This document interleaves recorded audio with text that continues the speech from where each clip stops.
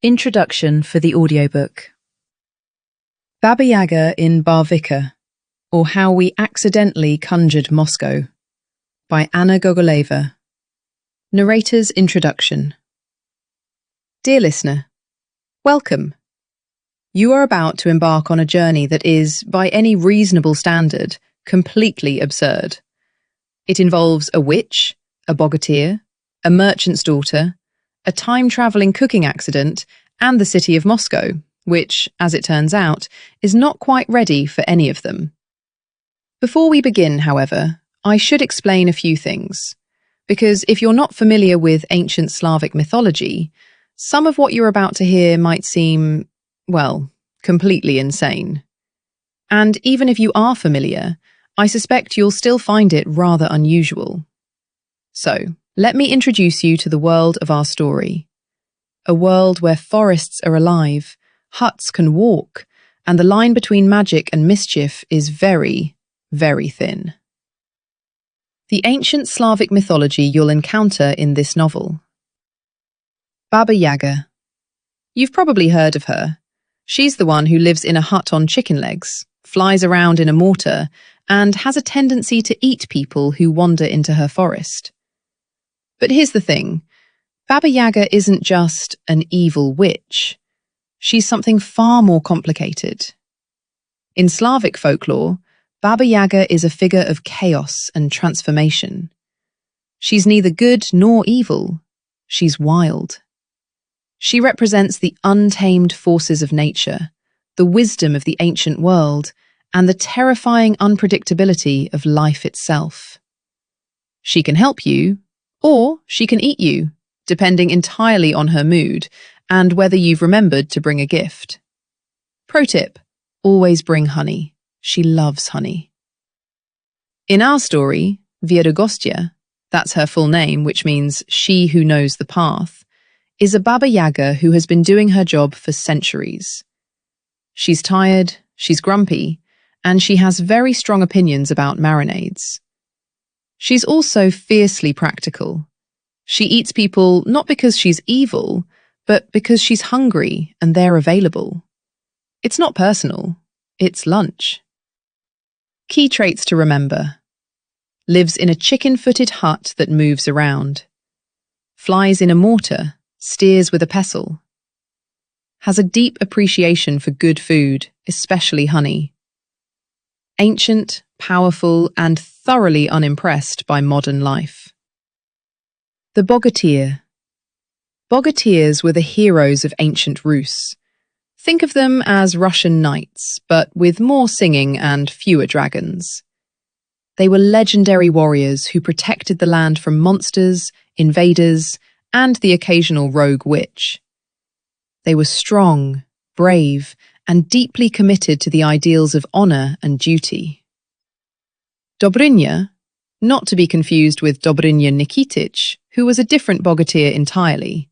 Don't worry, it's confusing for me too, is a typical representative of his time. He's young, he's hot-blooded, and he believes wholeheartedly in the domostroy, a set of household rules that basically says men are in charge and women should be obedient. He means well, but his worldview is about to get a serious upgrade. Key traits to remember. Strong and brave, but not always smart. Deeply committed to tradition. Believes in chivalry, but has no idea what that looks like in the 21st century. Willing to learn, even when it's painful. The domostroy. Ah, the domostroy. This was a 16th century Russian manual for running a household and living a virtuous life. It was a combination of etiquette guide, religious text, and how to be a good husband/wife handbook.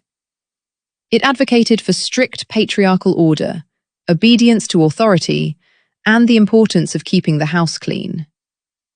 In our story, the domostroy represents everything Dobrynya believes is right and proper. When he discovers that women can drive trucks, arrange their own marriages, and generally do whatever they want, his entire worldview collapses like a house of cards. This is very funny. We will laugh at him, but we will also, perhaps, recognize a little of ourselves in his confusion. Key points. Men are the head of the household. Women should be obedient and modest. Everything has its proper place. The modern world does not agree. The Book of Veds. In our story, the Book of Veds is an ancient magical text containing all the knowledge of the old world, spells, incantations, rituals, and secrets that could reshape reality itself. It's dangerous, powerful, and highly sought after by people who don't understand what they're getting into. In real Slavic mythology, there is no single Book of Veds, but there were ancient texts and oral traditions that preserved the knowledge of the pre-Christian Slavs. The word Ved means knowledge or wisdom, and it's related to words like witch and wisdom in other languages. So the Book of Veds is a fictional creation, but it's rooted in real Slavic concepts of knowledge and power. Key points. Contains ancient magical knowledge. Extremely powerful and dangerous. Wants to be protected, not used. Has a mind of its own. The chicken-footed hut. Izbushka na kuryich nogach. This is one of the most iconic elements of Slavic folklore. Baba Yaga's hut doesn't just sit on the ground, it walks on chicken legs. Because why wouldn't it? In the stories, the hut is alive. It can move around, it can hide from people, and it only reveals itself to those it deems worthy. To enter the hut, you have to say the magic words. Hut, hut, turn your back to the forest and your front to me. Seriously, that's what the stories say. In our novel, the hut is a character in its own right. It's been with Viedogostya for centuries, and it has very strong opinions about its own existence. When it's displaced in time and space, it gets confused and starts hiding from everyone, including its mistress. This causes problems. Key points. Moves on chicken legs. Is alive and has opinions. Can hide itself when it wants to. Has a deep emotional bond with its owner. Magic and ritual. In the Slavic tradition, magic was a part of everyday life. People believed in spirits, domovoi, leshi, rusalka. They practiced rituals to ensure good harvests, and they consulted wise women, whom they called witches, for healing and guidance.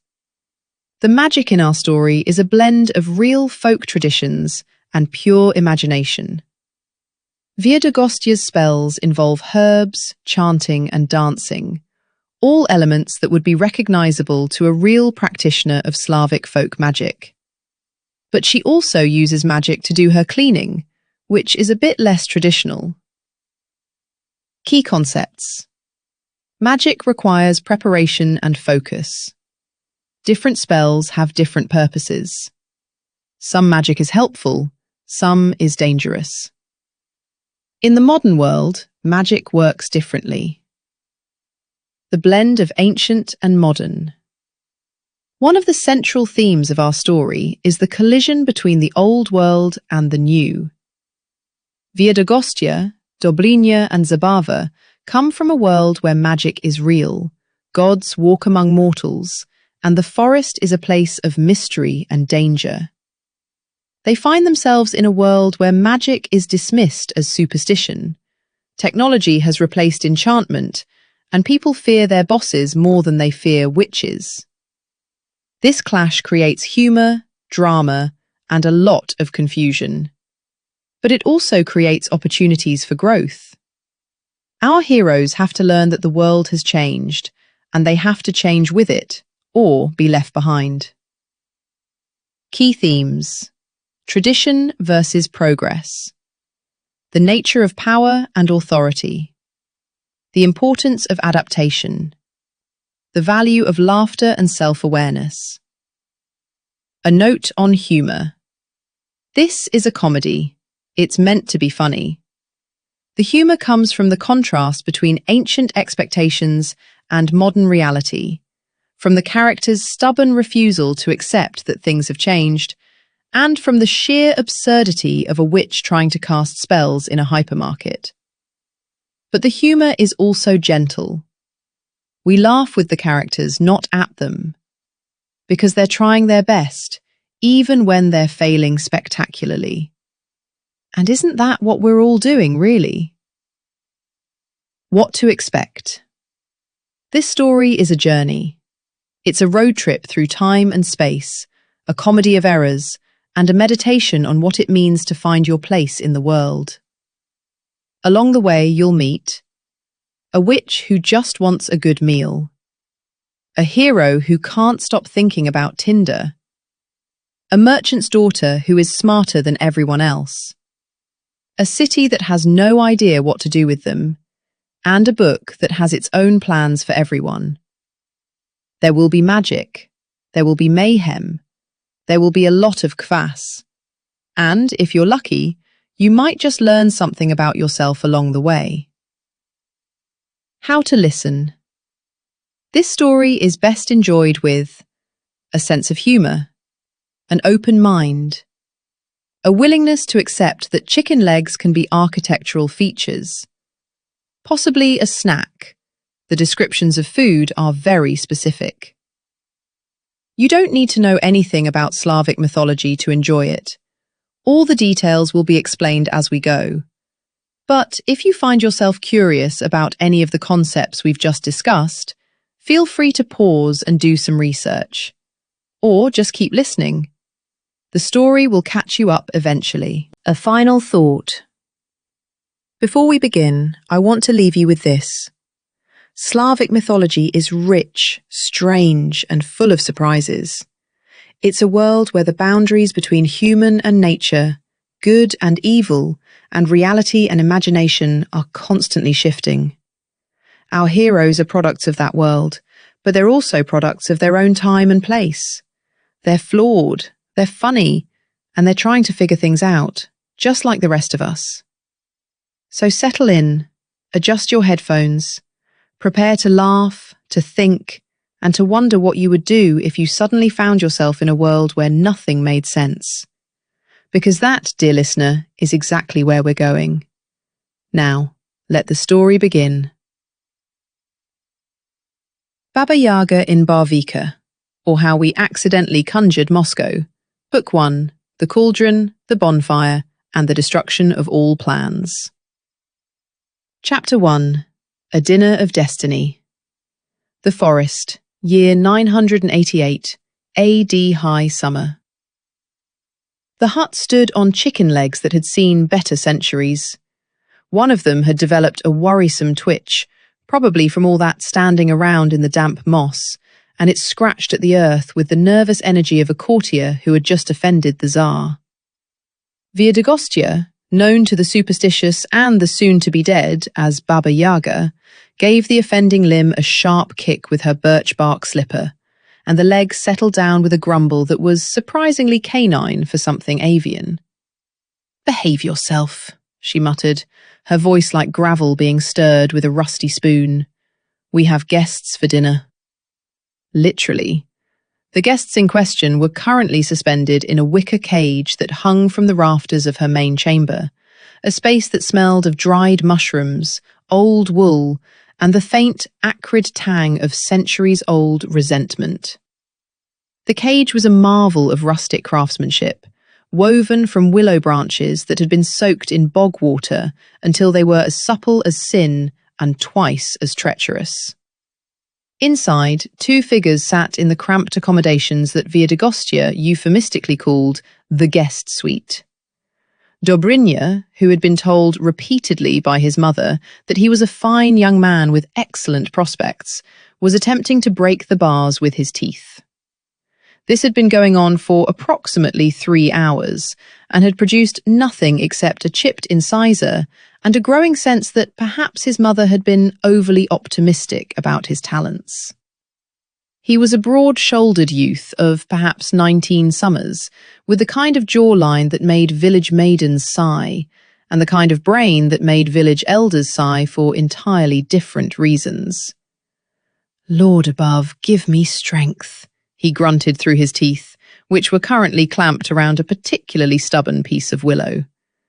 "Give me the strength to break these bonds and smite this unholy witch." "You've been asking for strength for 3 hours," said his companion, not looking up from her knitting. "Perhaps the Lord has decided you need to develop some patience first." Zabava was not your typical captured maiden. For one thing, she was the one who had insisted on bringing her knitting needles into the cage. "You never know when you'll have time to finish a project," she had explained to the bewildered witch before being hoisted up. For another, she had spent the first hour of her captivity taking mental notes on the hut's interior design. "The lighting is terrible," she had remarked to no one in particular. "All that smoke from the stove, and only one small window. No wonder she eats people. She can't see well enough to cook proper vegetables." Dobrynya released the bar from his teeth and slumped backward, his broad shoulders pressing against the cage's opposite side. "How can you be so calm? We are to be boiled alive." "Eaten alive," Zabava corrected, switching to a pearl stitch. "There's a difference. Boiling implies the use of water. I believe she intends to roast us. I saw her gathering herbs earlier. Rosemary, I think. Very sophisticated for a cannibal." "You saw her gathering herbs and you said nothing. We could have used them to poison her." "With rosemary? I don't think so. It's hardly hemlock. Besides, she looked so pleased with herself, like a merchant who's found a good deal on honey. I didn't want to spoil her moment." Dobrynya stared at her with the expression of a man who had just realized that the world was far stranger than any epic poem had suggested. "You are the strangest woman I have ever met." "Thank you," she said, and meant it. "Now, if you're quite done trying to gnaw your way to freedom, I believe our hostess is approaching." Indeed, Viedogostya was making her way across the main chamber, her mortar and pestle tucked under one arm, and a handful of something that looked suspiciously like dried frog legs in the other. She was a formidable figure, even by the standards of legendary hags. Her nose was long enough to serve as a sundial, her chin boasted enough hair to knit a small scarf, and her eyes glittered with the kind of sharp intelligence that made even seasoned warriors reconsider their life choices. She wore a collection of mismatched skirts that appeared to have been assembled from whatever had been hanging on the line at the time, and her grey streaked hair stuck out in all directions, like a hedgehog caught in a hurricane. "Ah," she said, stopping in front of the cage and peering in at her captives like a shopper inspecting vegetables. "Still alive, I see. Good. The meat spoils if you leave it too long." "Is that a threat or a compliment?" Zabava asked, still knitting. Viedogostya blinked. In her 347 years of capturing people, she had never had one ask a clarifying question. "A statement of fact," she said slowly. "Take it as you will." She set down her mortar and began arranging the frog legs on a stone slab, her gnarled fingers moving with surprising dexterity. "You know," she said conversationally, "in the old days, heroes were much fattier. You'd catch one and there would be enough lard to keep your lamps burning through the winter. And the maidens, oh, the maidens! Plump as partridges, with enough flesh on their bones to last a month if you were careful. But now?" She shot Dobrynya a look of profound disappointment. "Now they send me boys who are nothing but muscle and sinew, all gristle, no fat. What's the point of a man if you can't get a proper stew out of him?" Dobrynya, who had been raised on tales of his own heroism and was quite proud of his chiselled physique, looked genuinely wounded. "I am a mighty warrior," he protested. "I have slain 3 bears and a wyvern." "3 bears?" Viedogostya squinted at him. "What kind of bears? Brown bears?" "Ah, the small ones, the ones that hibernate." She waved a dismissive hand. "Anyone can kill a sleeping bear. Wake me up when you've taken down a cave bear. Those had real meat on them. Back in the old days. She trailed off, lost in a culinary reverie that involved significantly larger quadrupeds and a lot more garlic. Zabava finally looked up from her knitting. I don't suppose there's any chance you'd consider letting us go? I promise we won't tell anyone where you live. Of course not. I'm a witch. I have a reputation to maintain. Viedogostya picked up a frog leg and examined it critically. Besides, I've already prepared the marinade. It would be wasteful to let it go to waste. Marinade? This perked Zabava's interest. What kind of marinade? A secret recipe passed down through generations of my family. Viedogostya's chest puffed up slightly. The key ingredient is swamp honey. Must be from the purple-belly bees that only nest in the murky marshes. Then you add a pinch of powdered moonstone, 3 drops of toad spit, and the essential ingredient. She paused dramatically. What? Fresh mint. Gives the meat a pleasant aftertaste. Dobrynya made a sound like a dying goose. You're discussing seasoning as if this were a dinner party. It is a dinner party, Viedogostya said primly. You're the dinner. Now hush while I prepare the cauldron. The water needs to be at precisely the right temperature, or the meat becomes tough. I won't have my cooking criticized because of inadequate preparation. She shuffled over to the enormous iron cauldron that dominated the center of the room, a blackened vessel so large it could have easily accommodated a small horse, or, as it happened, 2 moderately sized humans.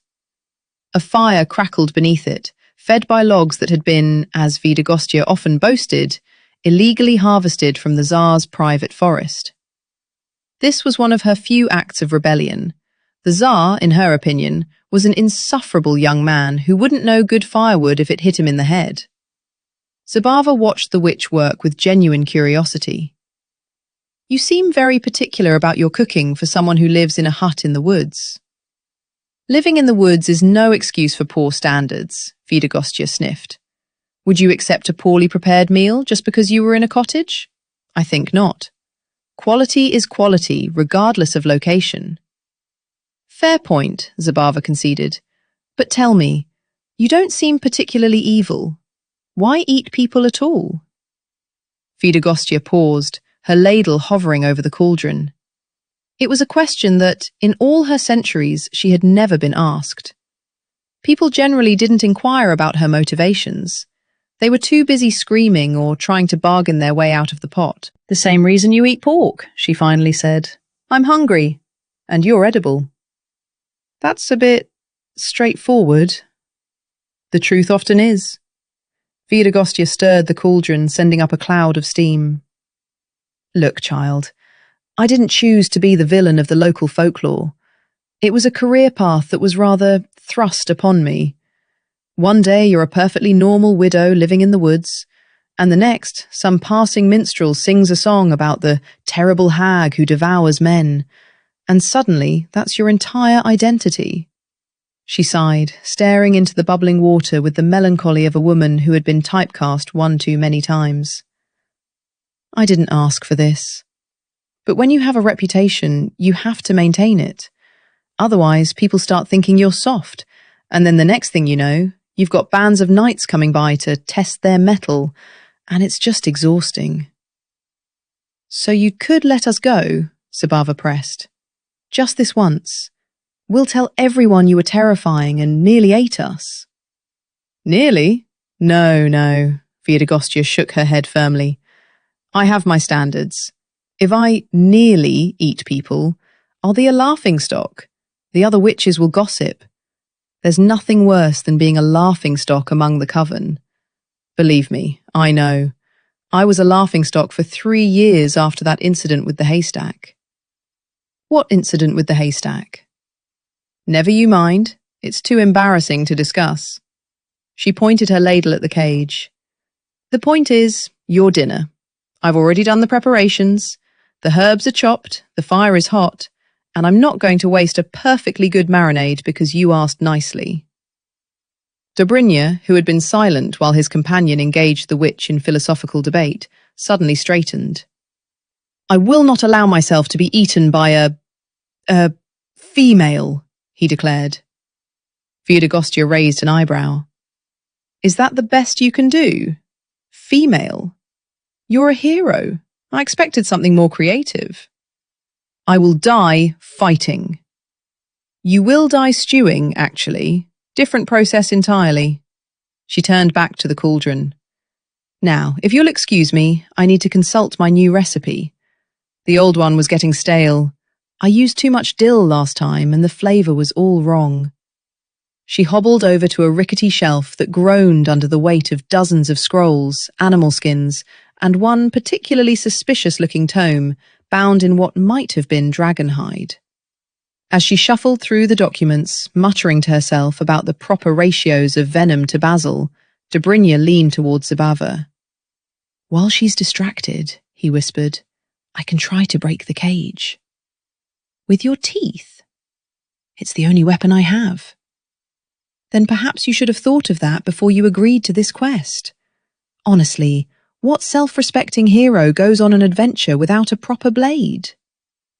I had a proper blade. The witch took it. Then next time, bring a spare. A spare sword? A spare something? Failing that, perhaps a grappling hook, or a file. Something other than your teeth, which, I might add, are beginning to look rather worn. Dobrynya scowled, but before he could formulate a suitably heroic retort, a noise from the other side of the chamber caught their attention. Viedogostya had unrolled an ancient scroll, so old that the ink was flaking off in places, and the edges had been gnawed by something with a very determined appetite, and was studying it with the intense concentration of a scholar deciphering a lost language. Oh, this is new, she murmured. Much more interesting than the standard recipe. Apparently, if you combine the flame of a fire that has been lit with a flint from the back of a salamander, with the wind from a storm that was born over the western sea, and, she squinted at the text, the tears of a maiden, you can achieve meat so tender it falls from the bone at a single glance. Zabava snorted. I can't cry on demand.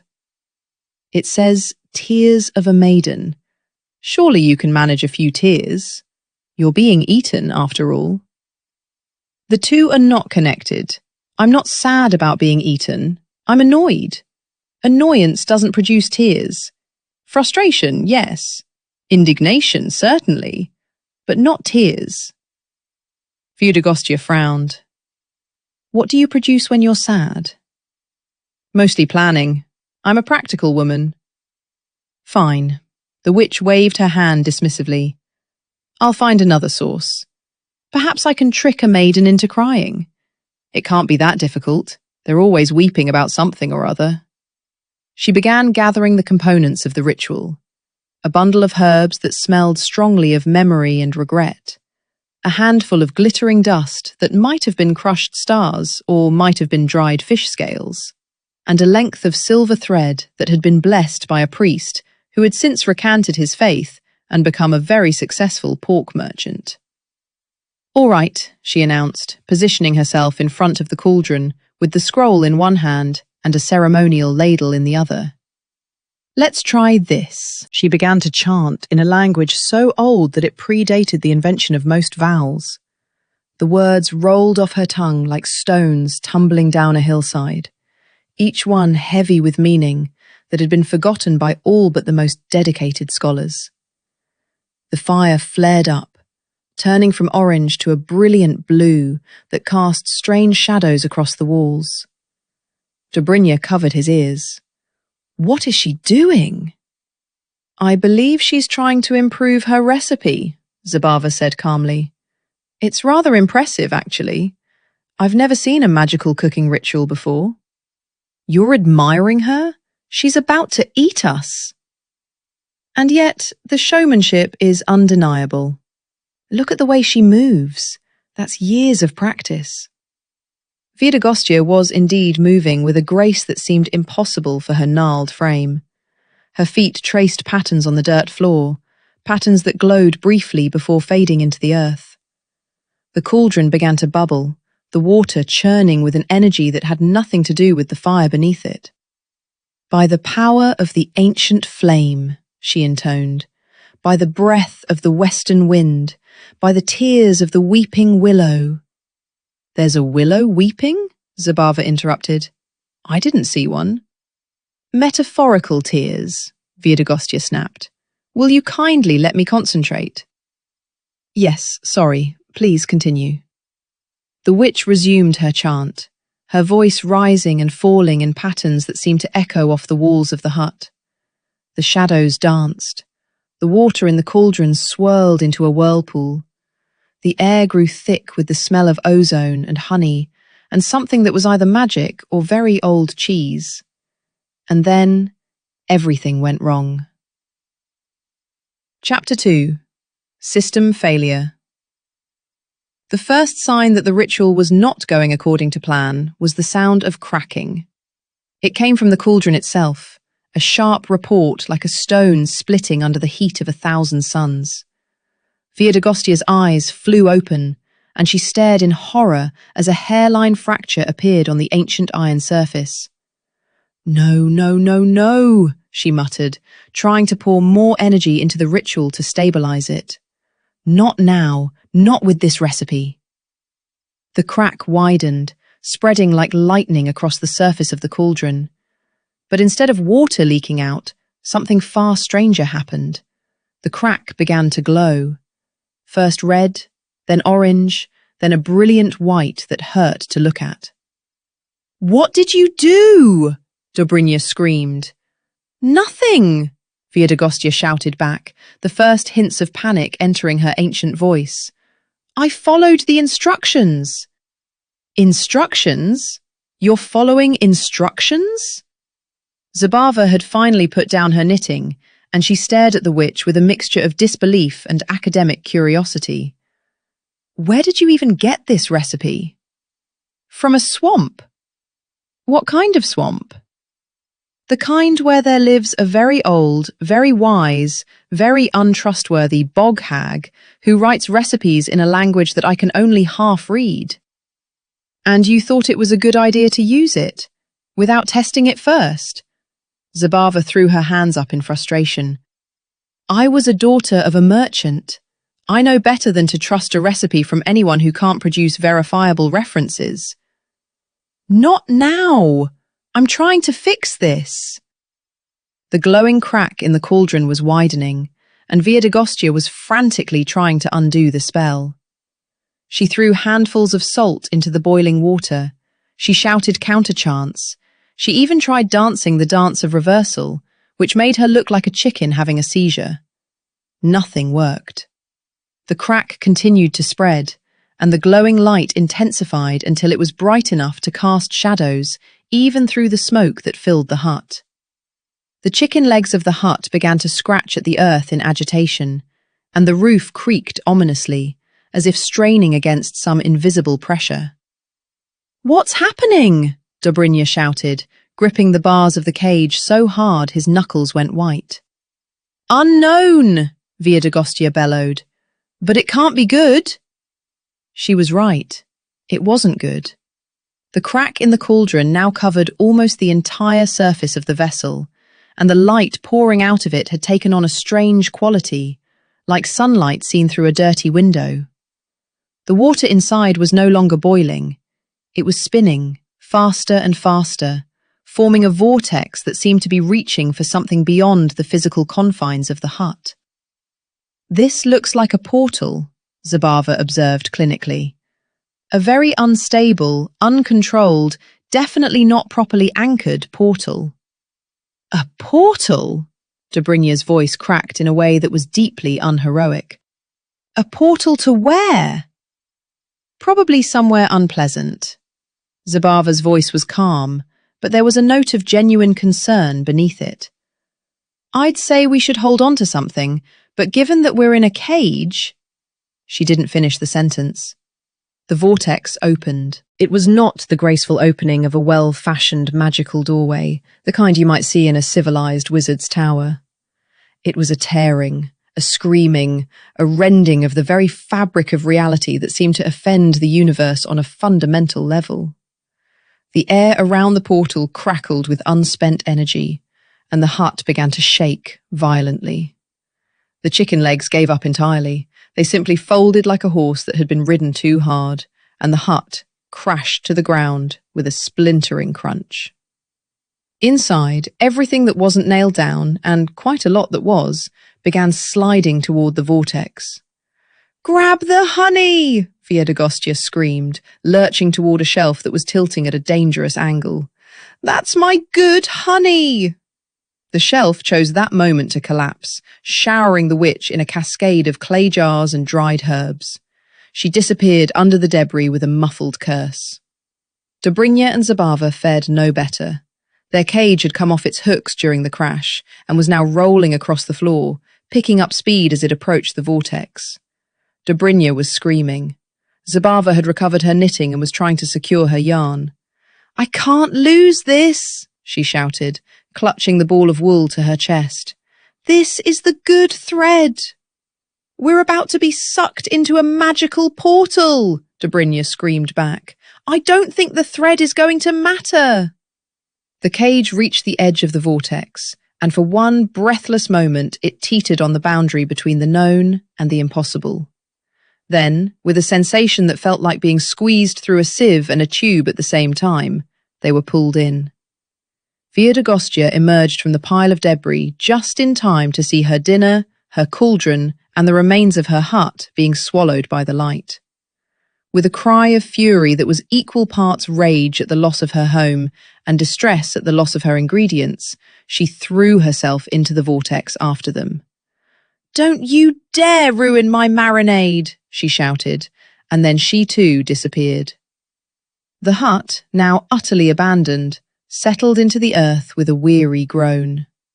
The vortex flickered once, twice, like a candle in the wind, and then collapsed in on itself with a sound like a million pages being torn all at once. Silence fell over the forest. The birds, who had fled during the commotion, slowly began to return. The sun, which had been temporarily obscured by a cloud that definitely hadn't been there before, resumed its journey across the sky. The hut lay on its side, its chicken legs twitching in the dirt like the legs of an overturned beetle. In the distance, a merchant travelling along the forest road heard a noise that made him cross himself 3 times and swear off ale forever. His horse, which had heard worse things, merely flicked its ears and kept walking. Somewhere, in a dimension that was about to get significantly more interesting, 3 people were about to discover that their assumptions about the universe were about to be thoroughly, entertainingly, and catastrophically challenged. Chapter 3. In the Shadow of Glass and Steel. The first thing Zabava noticed was the smell. It wasn't the smell of a forest. It wasn't the smell of a swamp or a village or even a city of the kind she knew. It was a smell that was utterly foreign, a mixture of exhaust fumes, processed food, and something else, something that might have been perfume or might have been cleaning fluid, and was definitely neither natural nor magical. The second thing she noticed was the ground. It was hard, unnaturally flat, and covered in some kind of dark stone that had been laid in precise geometric patterns. Not a blade of grass was in sight. "Where are we?" she asked, sitting up slowly. Her head was spinning, and her stomach felt like it had been turned inside out, but she was alive, which was more than she had expected. "I don't know," Dobrynya moaned from somewhere nearby, "but I think I'm going to be sick." "Don't be. It's unheroic." "Heroism has nothing to do with—" He stopped mid-sentence. Zabava followed his gaze and understood why. They were surrounded by giants. Glass and steel giants, their bodies reaching toward the sky in defiance of every law of architecture and gravity that had ever been written. They stood in a tight cluster, their mirrored surfaces reflecting the morning sun with the kind of casual brilliance that suggested they had been built by the gods themselves. Actually, no. The gods would have done a better job. These buildings were far too symmetrical. They lacked the organic chaos of divine construction. No, these structures had been made by something else entirely, something that worshipped straight lines and cold precision and the sheer audacity of building higher than the tree line. "What are they?" Dobrynya whispered, his voice awed and terrified in equal measure. "I don't know," Zabava admitted, "but I want to find out." Viedogostya, who had landed some distance away and was now extricating herself from a pile of her own possessions, took in the scene with the narrowed eyes of a predator assessing unfamiliar territory. "Temples," she declared. "These must be temples. Look at the way they reach for the sky. People build tall temples when they want to impress their gods." "But there are no carvings," Zabava observed. "No icons. Nothing that looks like a place of worship." "Maybe their god likes clean lines." Viedogostya retrieved her mortar from the rubble of her belongings and tucked it under her arm. "It's a very modern deity, very minimalist." A noise made them all turn. It was a sound unlike anything they had ever heard. A mechanical chattering that resolved into something that might have been a voice, if voices were made of static and synthetic tones. "What is that?" Dobrynya asked, his hand reaching instinctively for the sword that was no longer there. "The gods are speaking," Viedogostya said, with the certainty of someone who had just come up with a theory and decided to commit to it immediately. "They're discussing us. Probably debating whether to smite us or accept us as worshippers." Zabava shook her head. "That's not a god, I don't know what that is, but it doesn't sound divine.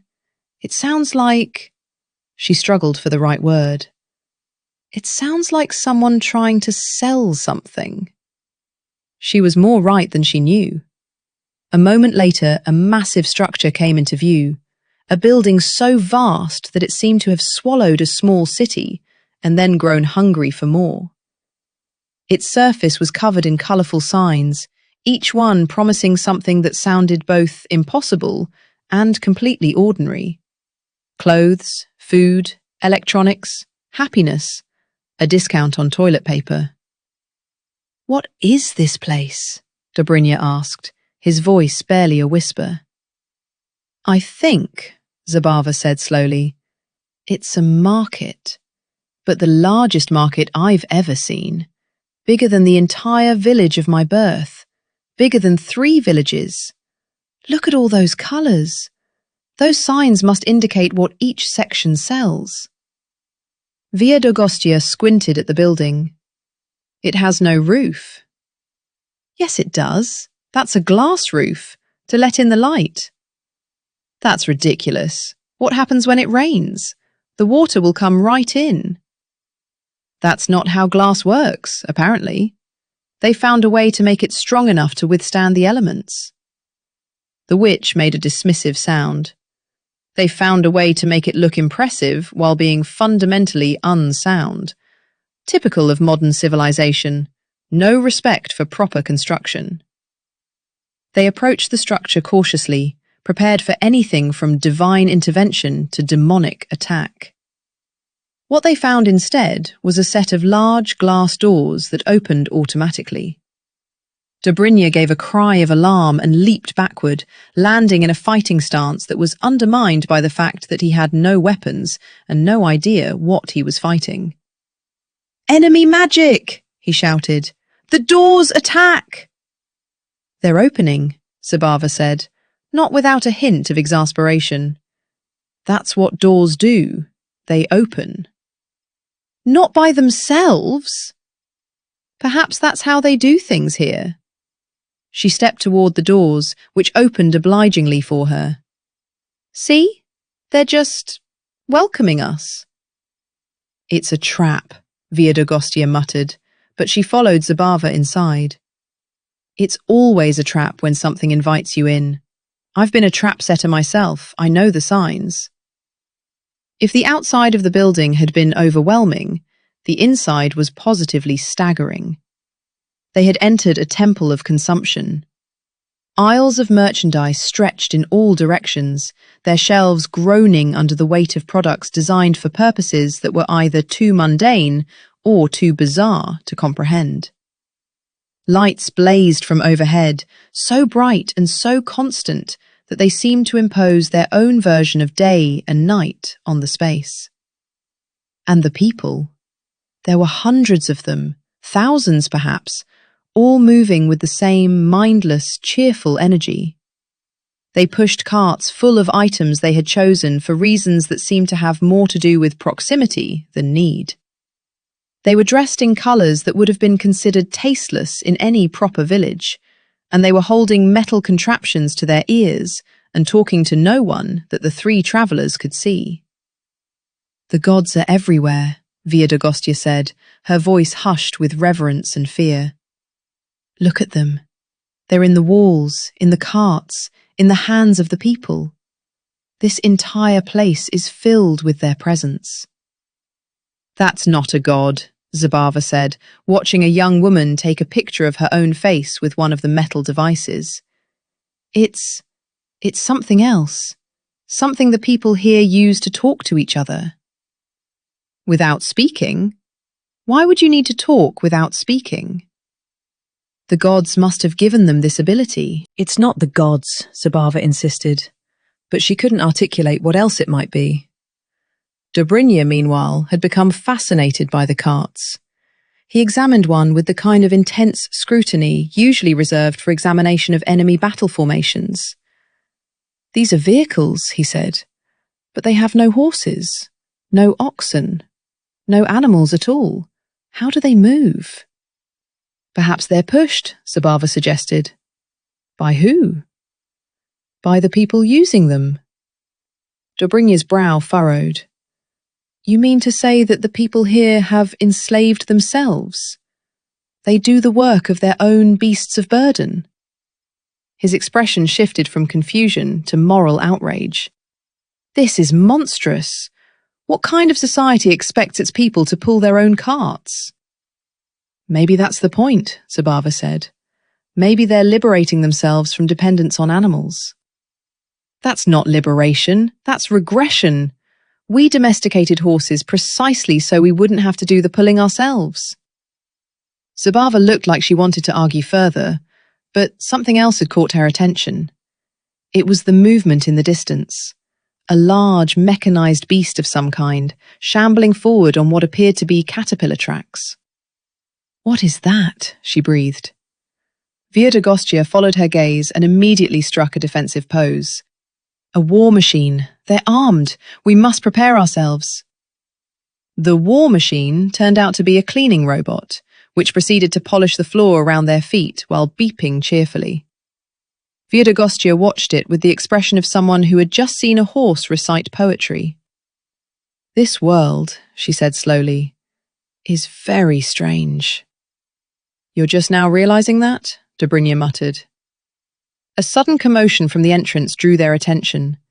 Several men in uniforms had appeared, their expressions ranging from confusion to hostility. One of them was shouting into one of the metal contraptions, while the others approached the strange travellers with the cautious step of men who were not entirely sure what they were dealing with. "We have to go," Zabava said urgently. "Those men are coming for us." "I'll fight them," Dobrynya declared, setting his feet and raising his fists. "I'll show them what happens to those who challenge a Bogatyr." "You can't fight them," Zabava said, grabbing his arm. "You don't even know what they're armed with. They could have weapons you've never seen, weapons that could kill you before you even get close." "Then what do you suggest we do?" Zabava looked around frantically. The guards were getting closer. The travellers had no weapons, no allies, no plan. In any civilized place, they would be at a complete disadvantage. But this was not a civilized place. "Follow my lead," Zabava said, and she reached into the pouch at her waist. What she pulled out was a clay jug, sealed with wax and tied with a leather cord. She broke the seal, and immediately the air was filled with the strong, earthy smell of honey and yeast. "Kvass," she said, offering the jug to the approaching guards. "Would you like some?" The guards stopped, their expressions shifting from hostility to confusion. This was not a reaction they had been trained to deal with. "That's not going to work," Viedogostya hissed. "They're trained soldiers. They won't be distracted by—" One of the guards stepped forward and sniffed the jug. His eyes widened. He said something in a language that none of the travellers could understand, but the tone was unmistakably one of interest.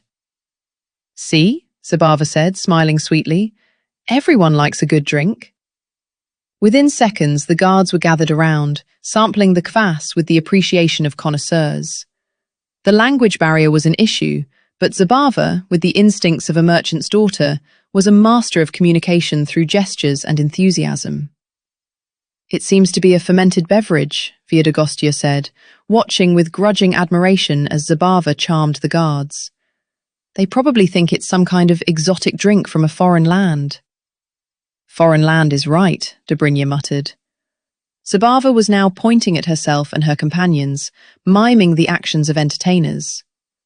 The guards, who were quite enjoying the kvass, seemed to accept this explanation. One of them clapped Dobrynya on the back, nearly sending the young hero to his knees. "They think we're performers," Zabava said, her smile never faltering. "I told them we're travelling entertainers from the East. They want to see a performance." "A performance?" Dobrynya's face went pale. "What kind of performance?" "I don't know. Think of something heroic." "I can't just perform heroism on command." "Then improvise. You're a Bogatyr. Making yourself look impressive should be second nature." Dobrynya's expression was one of pure anguish. But then, whether through desperation or divine inspiration, he began to move. He struck a pose, flexed, and then began a series of movements that he had learned from a travelling dancer in his youth. Movements that he had always sworn to forget, but that now came back to him with embarrassing clarity. It was not heroic, it was not impressive, but it was undeniably entertaining. The guards burst into laughter and applause. Viedogostya watched the scene with a mixture of horror and amusement. Her ancient heart, hardened by centuries of solitude and the occasional human sacrifice, felt something that might have been delight. "We are going to die here," she said, but there was no conviction in her voice. "Probably, but until then this is going to be very, very interesting." Zabava, still smiling at the guards, glanced over her shoulder at the witch. "I'm sorry," she said, her voice barely above a whisper. "Did you say something?" "No," Viedogostya said, tucking her mortar more securely under her arm. "I said nothing. I'm just observing. You know, for research purposes." Outside, the great glass buildings stood in silent witness to the strangest arrival they had ever seen. Inside, a witch, a Bogatyr, and a merchant's daughter were beginning their education in a world that had no room for the impossible, and it was only about to get stranger. Chapter 4. The Smartphone as a Sacred Artifact. The guards, thoroughly lubricated with kvass and sufficiently entertained by Dobrynya's impromptu interpretive dance, eventually wandered off to harass someone else, probably a teenager shoplifting energy drinks, though the travellers had no way of knowing this. Their departure left the trio standing in the middle of the temple of consumption, surrounded by aisles of bewildering products and the constant low hum of air conditioning. "We need to find shelter," Zabava said, brushing a strand of hair from her face. "And we need to understand where we are. And most importantly, we need to figure out how to get back home before someone decides we're dangerous." "Speak for yourself," Viedogostya muttered. "I am dangerous. I just haven't found the right ingredients for a proper curse yet." "You're not helping." "I'm not trying to help. I'm trying to survive. There's a difference." Dobrynya, still flushed from his performance, was staring at a large electronic display that was cycling through images of smiling people holding various objects. His brow was furrowed so deeply that it looked like a ploughed field. "What manner of sorcery is this?" he asked, pointing at the screen. "Those people are trapped inside the glass. They keep appearing and disappearing." "That's not people," Zabava said, though she wasn't entirely sure herself. It's a picture. A moving picture, Like a painting, but it changes. Impossible. Paintings don't change. This one does. Dobrynya approached the screen cautiously, extending a finger to poke at the glass. The image changed, and he leaped backward with a yelp. It bite me! It didn't bite you, it just changed. That's what being bitten feels like, Zabava sighed. We need to find someone who can explain this place to us, someone who speaks our language. Why would anyone here speak our language? Viedogostya asked, genuinely curious. We're clearly in some foreign land. Look at their clothes, look at their buildings. Everything is different. People trade. Merchants travel.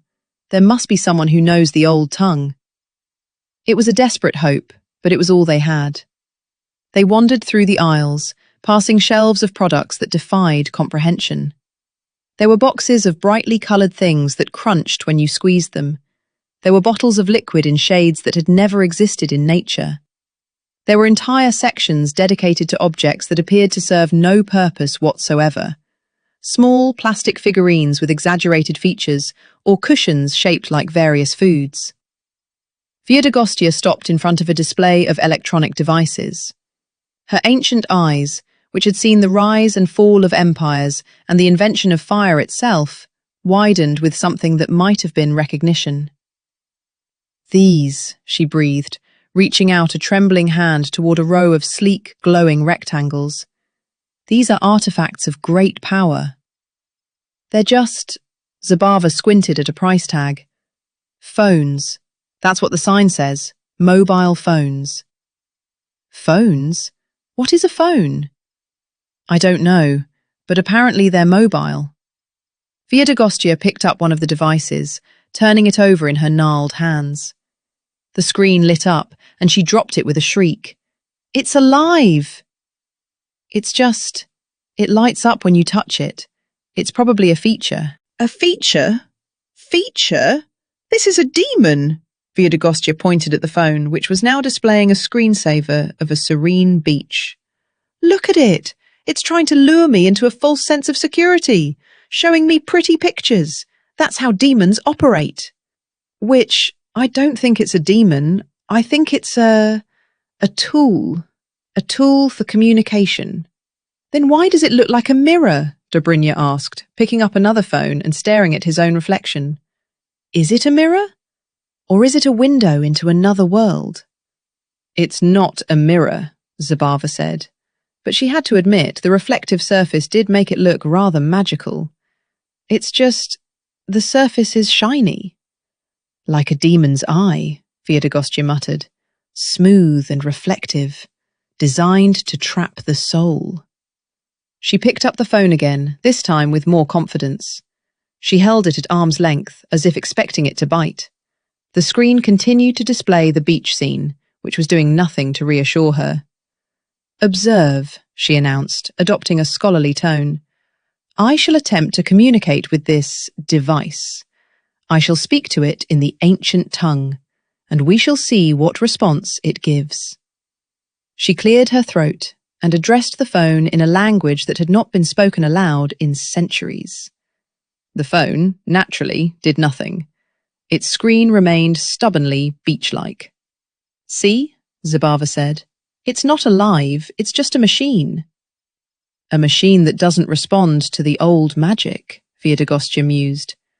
Perhaps it responds to a different kind of magic. Perhaps. She pressed her thumb against the screen. I can activate its power. The phone's screen changed. A series of small squares appeared, applications, as the travellers would later learn. Viedogostya stared at them in utter fascination. What are those? Zabava asked, leaning over her shoulder. Runes, Viedogostya said, her voice hushed with respect. Modern runes. They contain the essence of the device's purpose. Look at this one. It has the shape of a bird. Perhaps it allows communication with birds. And this one, it looks like a map. Perhaps it shows the way to distant lands. She pressed the map icon, and the phone responded by opening a navigation app. It showed a detailed map of the area with a blue dot indicating their current location. Viedogostya screamed again. "The demon knows where we are!" "Of course it does," Zabava said, trying to sound calm. "It's a map. It's supposed to show where we are." "How does it know?" Viedogostya was practically hyperventilating. "We just arrived. We don't even know where we are. And yet this device knows exactly where we are. It's been watching us. It's been watching us all along." "It's just a satellite signal," Zabava said, though she had no idea what that meant. "A satellite? What is a satellite? Is it a god? A celestial being?" "I don't know, but I'm sure it's not a demon. Now please, put the phone down before you break it. We don't have any money to pay for it if you do." Viedogostya, with visible reluctance, placed the phone back on the display. But her eyes lingered on it with the hunger of a scholar who has just discovered a whole new branch of forbidden knowledge. "These devices," she said slowly, "are the new magic.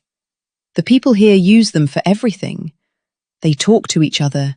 They find their way. They capture images of themselves." She gestured toward a teenager who was taking a selfie. "Look at that girl. She's trapping her own soul in the device. She's creating a copy of herself. That's powerful magic indeed." "That's just a photograph," Zabava said. "A what?" "Photograph. It's a picture, like a painting, but done with light.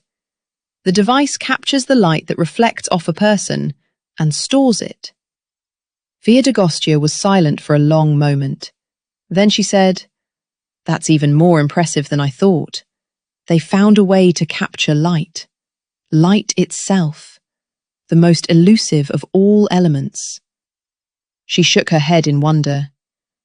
"These people have mastered magic without even knowing it. They've built a whole civilization on wonders that they take for granted." Dobrynya, meanwhile, had discovered something far more disturbing. He had found the Tinder app. "What is this?" he asked, his voice cracking. "What is this heresy?" Zabava looked over his shoulder. The app was displaying profiles of women, complete with pictures and brief descriptions. Dobrynya was scrolling through them with the expression of a man who had just discovered that everything he believed about the world was a lie. "These women," he said, his voice trembling. "These women they're displaying themselves for anyone to see. They're offering themselves to any man who wants them." "That's not how it works," Zabava said, though she wasn't entirely sure how it worked. It's a way for people to meet, to find love." "Love?" Dobrynya's voice rose to a pitch that attracted the attention of several nearby shoppers. "There's no love here. There's no honor, no courtship, no asking for permission from the parents, no dowry, no—" he was practically sputtering. "No domostroy!" "Dobrynya, calm down. The world has clearly changed since our time. We need to adapt." "I can't adapt to this. This is an abomination.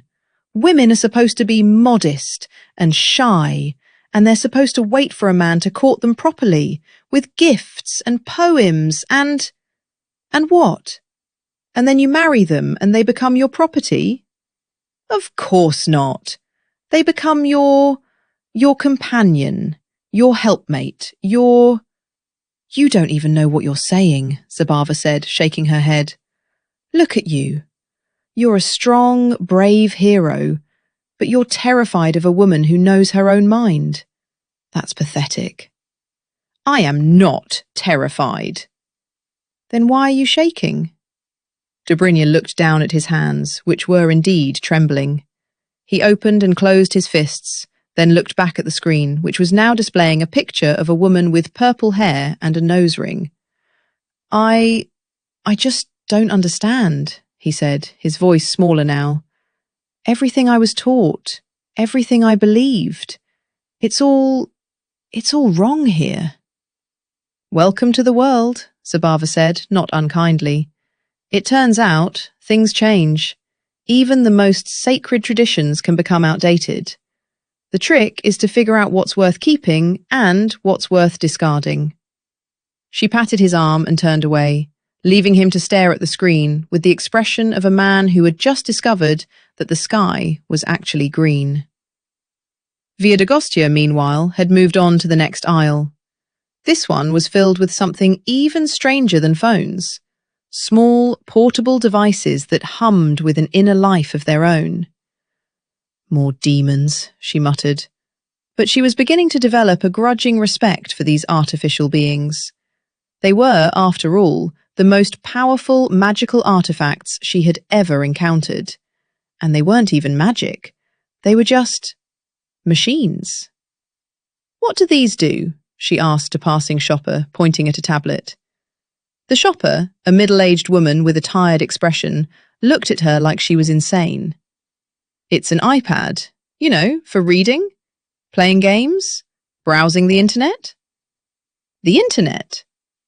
"Yes, the internet. The World Wide Web."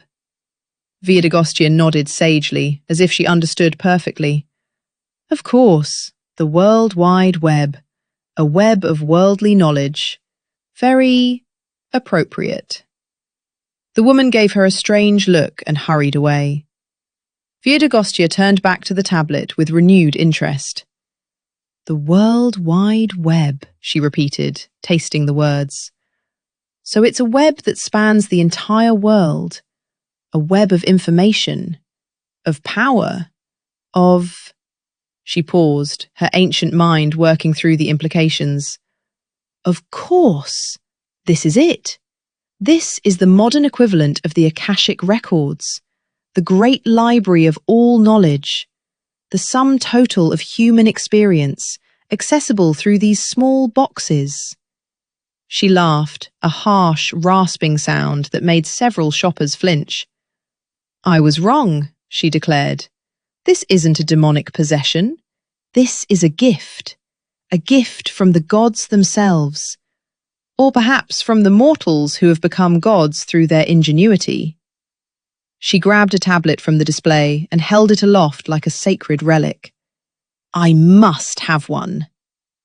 "Put that down," Zabava hissed. "You can't just take things from the market. That's stealing." "I'm not stealing. I'm liberating. It's a scholarly pursuit. I need to study this device, to understand its secrets, to..." A security guard appeared at the end of the aisle, his eyes narrowed with suspicion. "Put it back, Viedogostya, now." Reluctantly, the witch returned the tablet to its shelf, but her eyes never left it. "This world," she said, her voice filled with wonder and ambition. "This world has so much to teach me, and I intend to learn everything." Chapter 5. The Ritual of Card Payment. It quickly became apparent that even the most powerful magical artifacts were useless without the appropriate currency. "They don't accept gold," Zabava reported, having attempted to purchase a bottle of water at the checkout counter. The woman looked at me like I was offering her a rock. She said something about rubles and cards and pointed at a small machine. "A card?" Dobrynya asked. "What kind of card? A playing card? A tarot card?" "I don't know, but apparently you need one to buy things." Viedogostya furrowed her brow. "This is a strange form of commerce. In my world we traded goods. A chicken for a sack of flour, a cow for a wedding, a captured hero for..." She glanced at Dobrynya. "Well, for a meal." "I am not a commodity. At the moment, you're a liability. You can't fight, you can't buy things, and you're terrified of women who use Tinder. What good are you?" Dobrynya opened his mouth to protest, then closed it again. He had no answer. Zabava, ever the pragmatist, was already planning their next move. "We need to earn some of this rubble currency, or find someone who will trade with us. There must be something we can offer." I can offer curses, Viedogostya said. I have several very good curses. I can curse their harvest, curse their livestock, curse their ability to have children. That might not be the best approach. I can also offer blessings. I'm versatile. No, we need something more acceptable, something that won't get us arrested. She looked around the marketplace, this temple of consumption, as Viedogostya had called it, and noticed a small crowd gathering near the entrance. Several people were watching a street performer, a man with a guitar and a hat filled with coins. Musicians get paid, Zabava mused.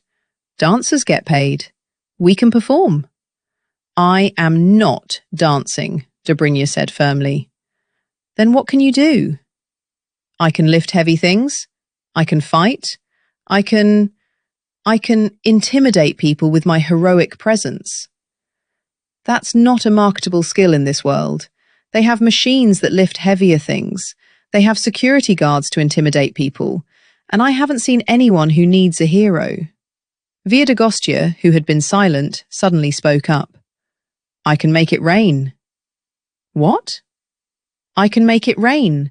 I know the ritual. It's simple enough. Just a few words, a bit of dancing, and a sacrifice of some kind. We can perform it in the square, and people will pay to see the spectacle. Won't they just run for cover when it starts raining? Not if we do it properly.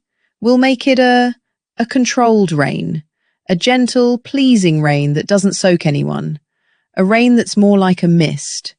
They'll think it's a fountain display. Zabava considered this.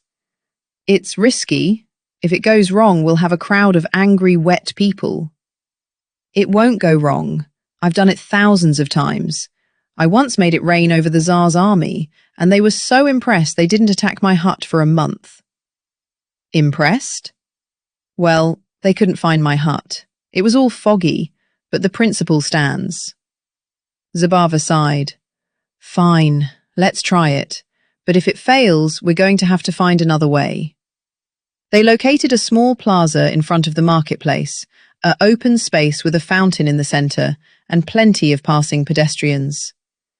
Viedogostya cleared her throat, then began to move. The ritual was, by any standards, bizarre. She hopped on one foot, then the other, waving her arms in a pattern that suggested either a dancing bear or a madwoman trying to swat flies. She sang a chant in the old tongue, her voice rising and falling in a monotone that was strangely hypnotic. People began to stop and watch. A few pulled out their phones and started recording. Dobrynya, mortified, tried to hide behind a lamppost. Can we just not? He muttered to Zabava. Can we just not do this? Shush, it's working. Look at the crowd. Indeed, a small audience had gathered, drawn by the strange spectacle of an old woman in mismatched skirts, performing a ritual that looked like it might be either sacred or insane. Viedogostya continued her dance, her voice growing louder. She reached into her pouch and withdrew a handful of dust, fine, glittering dust that she scattered into the air. The dust hung there, suspended, as if waiting for a command. Oh, Viedogostya intoned. Oh, great spirits of the sky! Oh, winds that carry the tears of the clouds! Hear my plea! The crowd murmured. One child asked his mother what the old woman was doing. I don't know, the mother said, but it's probably a new performance art. Maybe it's postmodern. Viedogostya's voice rose to a crescendo. Send forth your moisture! Bless this land with your gentle rain, and, she paused, struck by inspiration, and we will share the glory with all who witness. The dust began to glow. A faint breeze stirred the air. The sky, which had been clear moments ago, began to cloud over in an impossible instant. "Oh, great rainmaker!" Viedogostya shouted. Hear me, and give us your gift." And then it happened. A fine mist descended from the sky, falling gently over the plaza. It was not a heavy rain. It was a delicate, refreshing spray that seemed to cleanse the air and cool the skin. The crowd gasped, then laughed, then clapped. "It's raining!" someone shouted. "No, it's a mist," someone else corrected. Either way, it was spectacular. Viedogostya, exhausted but triumphant, ended her dance with a flourish. The mist continued to fall, enveloping the plaza in a soft, silvery glow. The crowd cheered. "That's amazing," a young woman said, pressing a note into Viedogostya's hand. "That's so cool." Others followed suit, pressing coins and small bills into the witch's outstretched palms. Within minutes, Viedogostya had accumulated a small fortune, at least enough to buy a bottle of water and a few questionable snacks. What just happened?" Dobrynya asked, emerging from behind the lamppost. "We're rich," Zabava said, counting the money. "Well, not rich, but we have currency. We can buy things." Viedogostya was examining the notes with the intensity of a scholar studying an ancient text. "These papers have value," she said slowly. "They represent the confidence of the people. This entire civilization is built on trust. Trust in these pieces of paper. Trust in the promises they represent." "Don't think too hard about it," Zabava advised. "Just be grateful it worked." The crowd was beginning to disperse, but several people lingered, asking questions in a language the travellers didn't understand. Viedogostya, still high on the success of her ritual, smiled and nodded, pretending she understood. "We are performance artists," she said loudly in the old tongue. "We come from the East. We bring wonder and delight." No one understood her, but no one seemed to care. They were too impressed by the rain. After the crowd finally left, the trio retreated to a corner of the plaza to count their earnings. "We have 500 rubles, Zabava announced, which, according to the prices I've seen, is enough for a few meals, maybe some clothing. We'll need more." "We'll need a plan," Viedogostya said, her earlier enthusiasm fading into practical concern. "We can't keep performing rain rituals forever. Eventually, someone will realize it's not just a trick. Then we need to find someone who can help us, someone who understands this world." Zabava looked around the plaza, her eyes scanning the passing faces.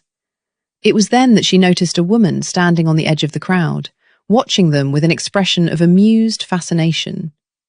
The woman was young, perhaps 30, with a shock of brightly dyed red hair and a laptop bag slung over her shoulder.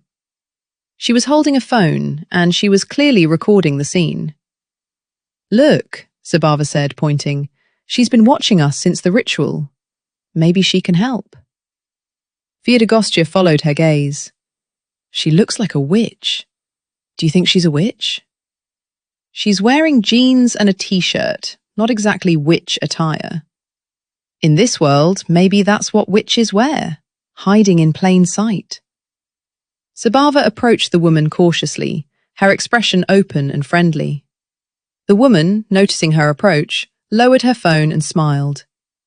"Hey," she said, in a language that was almost but not quite familiar.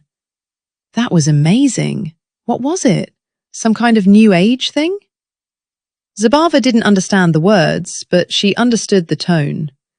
She smiled back and offered a simple greeting in her own language. The woman's eyes widened. "Wait, you're not speaking Russian? What language is that?" Zabava shrugged helplessly. The woman tried English, then French, then a few words of German. Zabava shook her head at each. Finally, the woman pulled out her phone and typed something into it. A moment later, a translator app spoke a phrase in Old East Slavic, a language that was closer to what Zabava spoke than anything else she had heard. "Can you understand this?" the app asked. Zabava's eyes lit up. Yes, I can understand." The woman grinned. "Great. I'm Olya.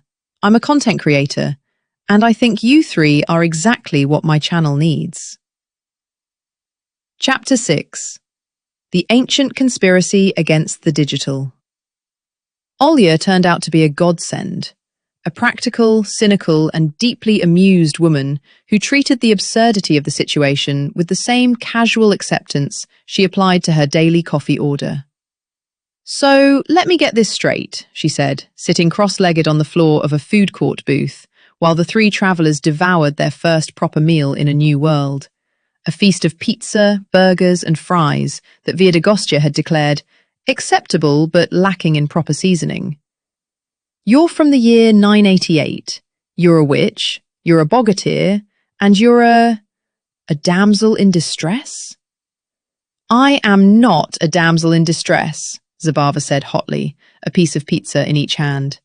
"I'm a merchant's daughter. I can haggle, I can sew, and I can identify 6 different types of poison just by the smell. I'm as valuable as either of them." "Fair enough," Olya said, making a note on her phone.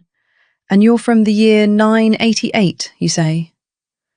"Late summer. I think it was August. It was hot and the mosquitoes were terrible." "And you ended up here because of a magical cooking accident?" "Basically." Viedogostya had abandoned her pizza in favour of the burger, which she was examining with the critical eye of a connoisseur. "I was attempting a new recipe. Something went wrong. There was a crack in the cauldron, a vortex appeared, and suddenly we were here." "That's not something you hear every day," Olya mused. "Usually people just take the train." "Train? Never mind." She looked at the three of them, a mischievous glint in her eyes. "Okay, I'll help you. I'll help you understand this world. I'll help you find a place to stay, and I'll even help you figure out how to get back. But in exchange, I want something." "What?" Viedogostya asked warily. "Content," Olya said, grinning. "I'm a blogger. I make videos about weird stuff, and you three are the weirdest stuff I've ever seen. So I document your journey, and in return, I teach you about this world. Deal?" The travellers exchanged glances. It seemed like a reasonable arrangement. "Deal," Zabava said, before Viedogostya could object. "Great!" Olya clapped her hands together. "Then let's start with your first lesson, how to survive in Moscow." The first lesson was, predictably, about money. "You need a bank account," Olya explained. "Without one, you can't get a phone, you can't rent an apartment, you can't buy anything online. You need to integrate into the system." "What is a bank account?" Viedogostya asked. "It's a magical vault where you store your money. But instead of a vault, it's a digital number. And instead of a key, you have a card and a password." "Digital?" "Okay, look, I'll explain it slowly." Olya pulled out her phone and opened a banking app. "This is where my money lives. It's not real, it's just numbers on a screen. But I can use these numbers to buy things. I can transfer them to other people. I can even make them grow if I invest." "Investment?" "Another lesson for another time. The point is, you need to get into the system. The first step is to get documents. But without documents, you can't get a bank account. It's a classic catch-22. "Catch what?" "Never mind. I'll think of something." She looked at Viedogostya. "You're a witch. Can't you just make some documents appear?" Viedogostya considered this. "I could forge documents, but they would be forged with magic. The magic would degrade over time. Eventually, someone would notice." "How long would it take?" "Depends on the complexity. For a simple identity, maybe a few weeks. For a full set of papers with authentication marks, perhaps a month." Olya nodded slowly. "That's not ideal, but it's better than nothing. In the meantime, I'll pay for your expenses. Consider it an investment in my channel's future." "You're being very generous," Zabava observed. "Why?" Olya shrugged. "Because it's exciting. And because I have a feeling that helping 3 time-travelling fantasy characters is going to be the most interesting thing I've ever done. Also, the likes. The likes are going to be legendary. The second lesson was about technology. This is a smartphone, Olya said, holding up her device. It's a tool. It lets you talk to people, access information, and record reality. It's basically a magic mirror, but it works on science. Science? Dobrynya asked. What is science? It's like magic, but without the magic. It's understanding the world through observation and testing. Instead of spells, you have formulas. Instead of incantations, you have data. That sounds like heresy, Dobrynya said. Everything sounds like heresy to you. Just accept that it works. Viedogostya, who had already made a partial peace with the concept of technology, was busy examining the phone's camera. This device captures light, she said. It preserves moments. That's a kind of magic, whether you call it science or not. Fair point. Olya handed the phone to her. Here, try it. Viedogostya aimed the phone at a passing pigeon and pressed the button. The screen flashed, and the pigeon was preserved in digital amber. I captured its soul, Viedogostya whispered, genuinely awed. Technically, you captured its image, but sure, let's go with soul. It sounds cooler. Dobrynya, meanwhile, had discovered the wonders of search engines. He had typed a question into the browser, in Old East Slavic, which Olya had painstakingly translated for him, and was now staring at the results with an expression of utter confusion. What is this? He asked. I asked, where can I find a sword? And it showed me a restaurant? Search engines are literal. You need to be specific. Try, where can I buy a medieval sword? Dobrynya typed again. The results were more promising. There's a place called Armory of the Past not far from here, Olya said, reading over his shoulder. They sell replicas. They might even have a real one or two, but you'll need money. I need a weapon, a real weapon. I can't protect anyone without a weapon. Who are you protecting exactly? Dobrynya gestured at Zabava and Viedogostya. Them! That's my duty. I'm a Bogatyr. It's what I do. Zabava rolled her eyes. We don't need protection. We need a plan. Protection is part of the plan. Not when you're unarmed and clueless. I have my fists. And they're doing a lot of good, aren't they? Olya watched the exchange with the amusement of a reality show producer. This is going to be great content, she murmured. I'm going to need more storage. The third lesson was about the internet. You mentioned something called Gogoleva earlier, Viedogostya said, referring to the Russian government services portal. What is that? It's a website.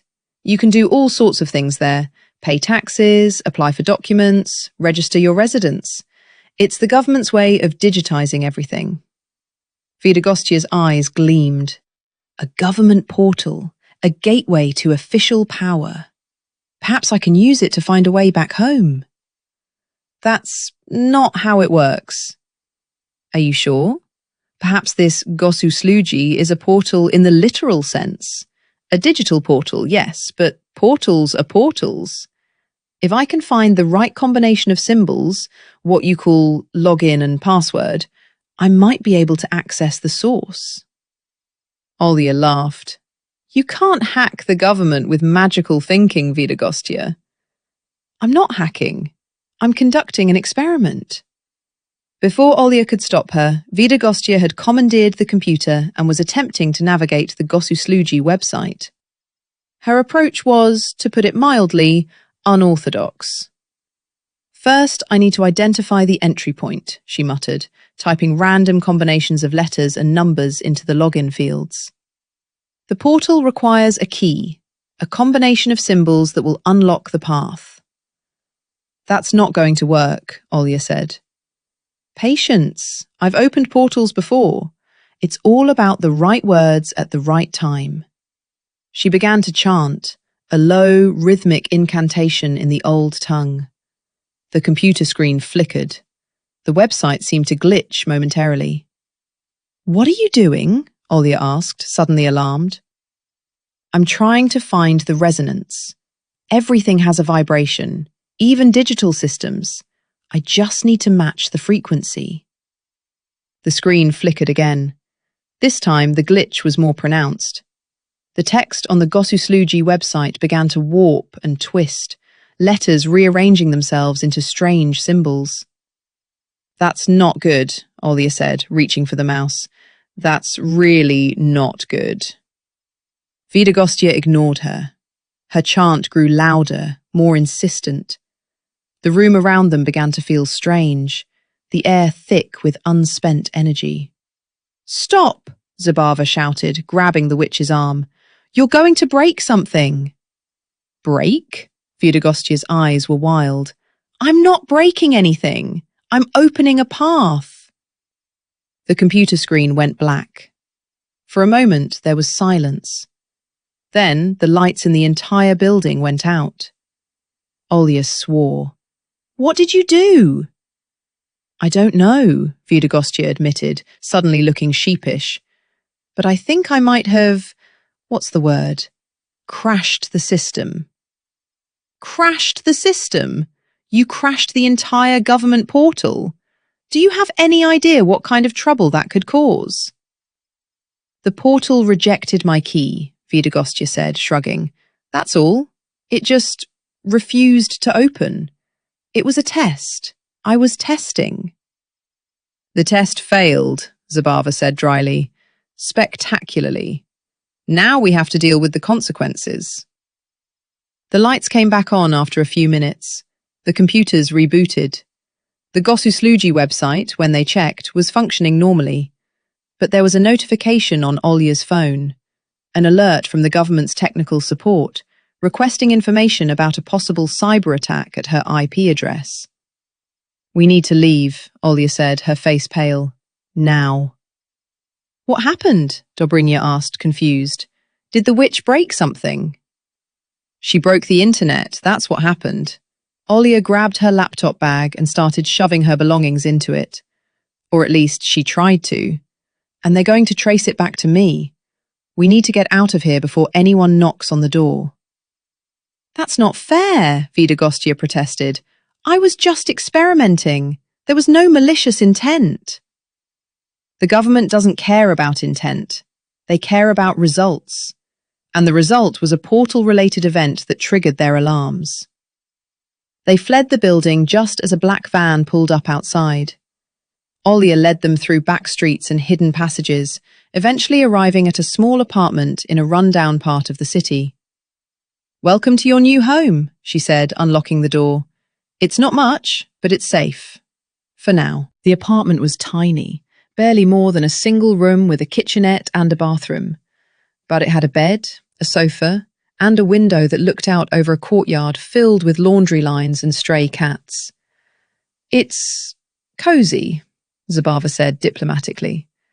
"It's a hovel," Viedogostya declared. "But it's better than being arrested, I suppose." "We'll stay here tonight," Olya said. "Tomorrow, we'll start figuring out a real plan, one that doesn't involve crashing government websites." "It was just a test." "I know, and it was a very interesting test. But let's keep the tests to things that won't get us sent to a gulag, okay?" Viedogostya nodded reluctantly. But deep down, she was already planning her next experiment. This world had secrets. It had magic of a different kind. And she was determined to unlock them all. Part 2. The Internet of Things. Chapter 7. The Hut in the Hood. The apartment on the outskirts of Moscow was, by any reasonable standard, a catastrophe. The walls were covered in peeling wallpaper that depicted a floral pattern so aggressively cheerful it seemed to be mocking the very concept of despair. The floorboards creaked in ways that suggested they had opinions about the people walking on them. The plumbing made sounds that could only be described as digestive, and the single window offered a view of a courtyard that had been designed by someone who hated both nature and architecture in equal measure. But it was shelter. And after the chaos of the past 2 days, shelter was a luxury. "Right," Olya announced, dropping her bags on the floor with a flourish.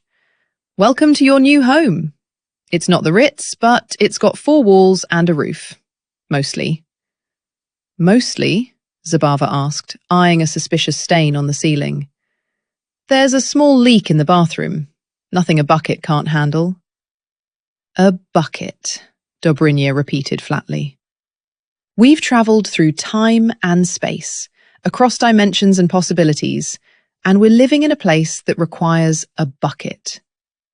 Hey, you're lucky I had somewhere to put you. Most people in this city are paying half their salary for a room with no windows and a shared toilet. You've got a whole apartment. Be grateful." Viedogostya, who had been silent since their escape from the government portal incident, was examining the apartment with the critical eye of a master builder assessing a competitor's work. She ran her gnarled fingers along the walls, tested the strength of the doorframe, and peered into the corners with the intensity of a woman who had spent centuries living in a structure that was both a home and a sentient being.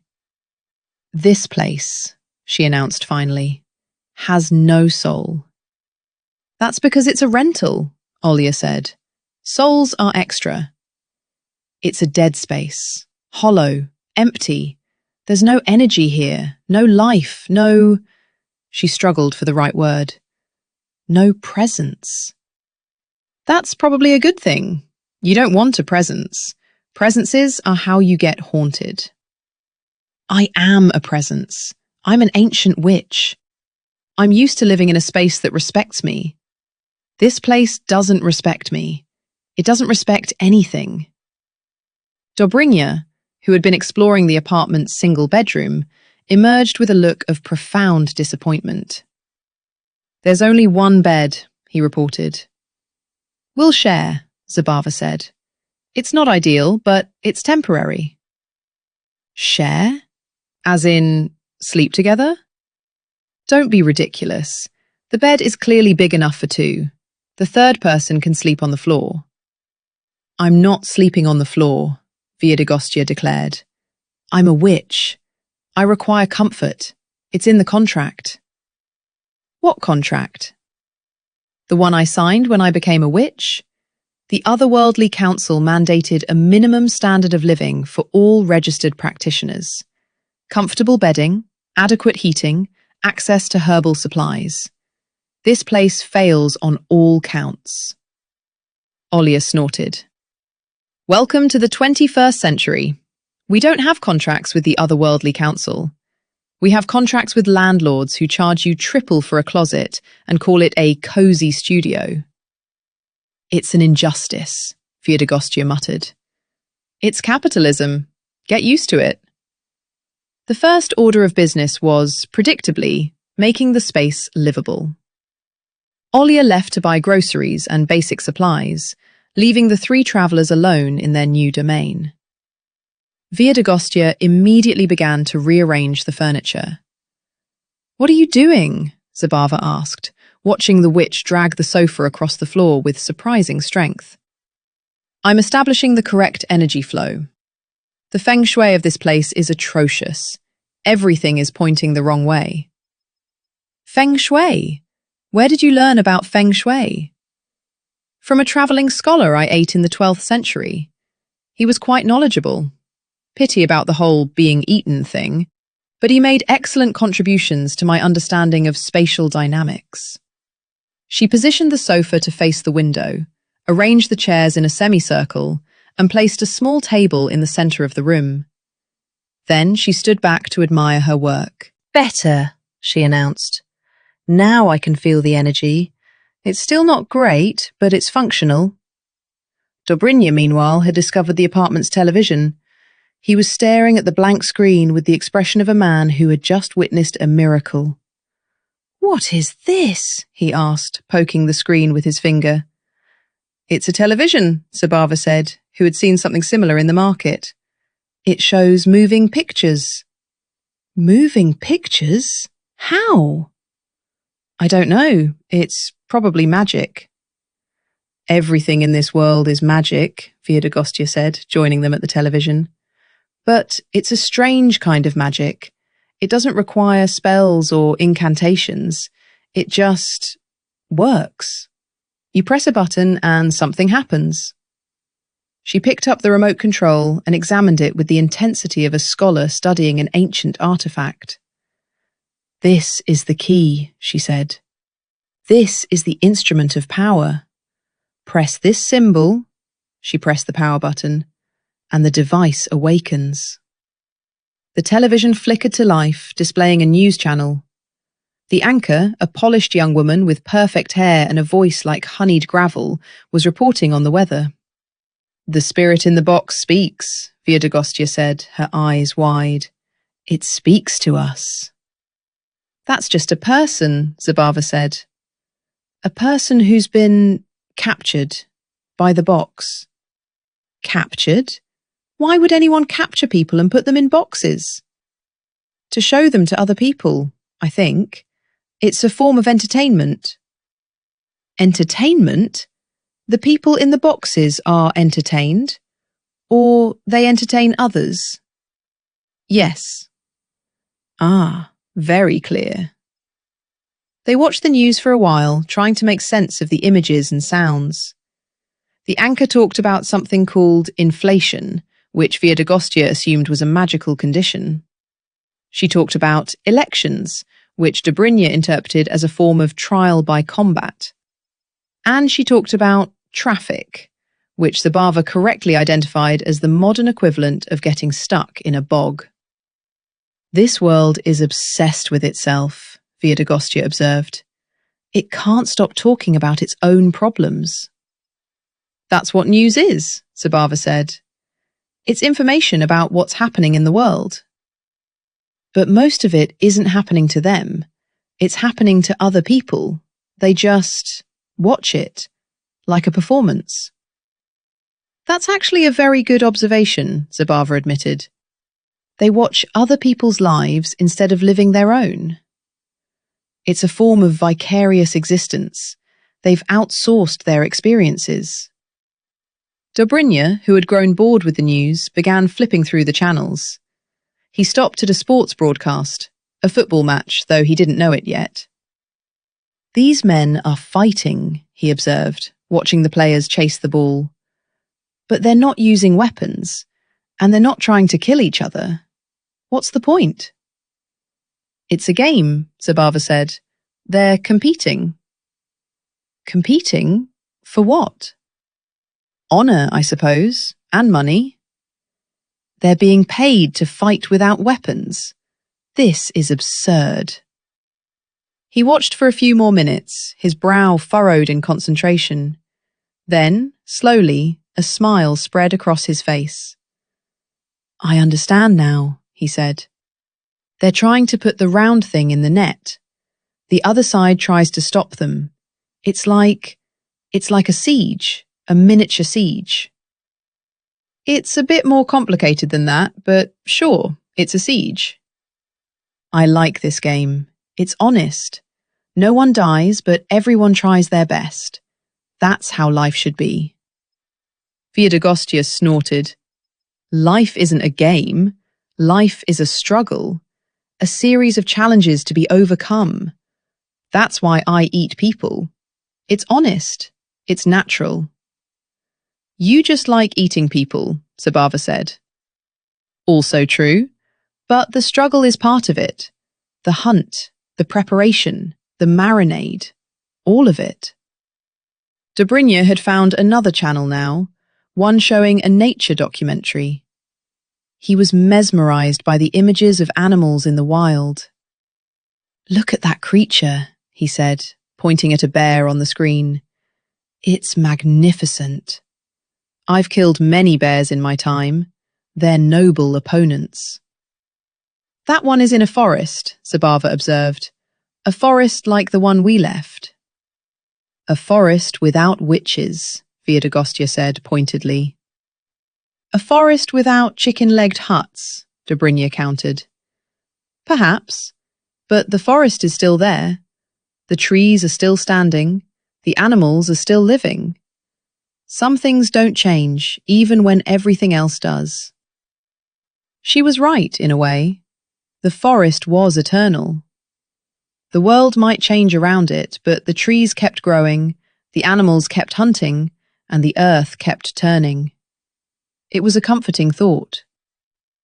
We'll get back, Zabava said softly. We'll find a way. I know, Viedogostya said. I'm a witch. I always find a way. Chapter 8. The Bogatyr's First Date. A week passed in their new home, and the travellers began to adapt to the rhythms of modern life. Olya had been a generous host, providing them with food, clothing, and basic information about the world they'd landed in. She'd also, crucially, found them a way to earn money. Viedogostya had become a minor celebrity on TikTok, her ancient rituals videos racking up views and likes at an astonishing rate. People couldn't get enough of the old witch dancing around in mismatched skirts and chanting in a language they couldn't understand. Content is king, Olya had explained. And you, Viedogostya, are the queen of content. We're going to make you famous. I don't want to be famous, Viedogostya protested. I want to go home. Fame first, home later. One thing at a time. Zabava, meanwhile, had discovered the wonders of the internet. She spent hours on the computer, learning about the modern world with the obsessive focus of a scholar.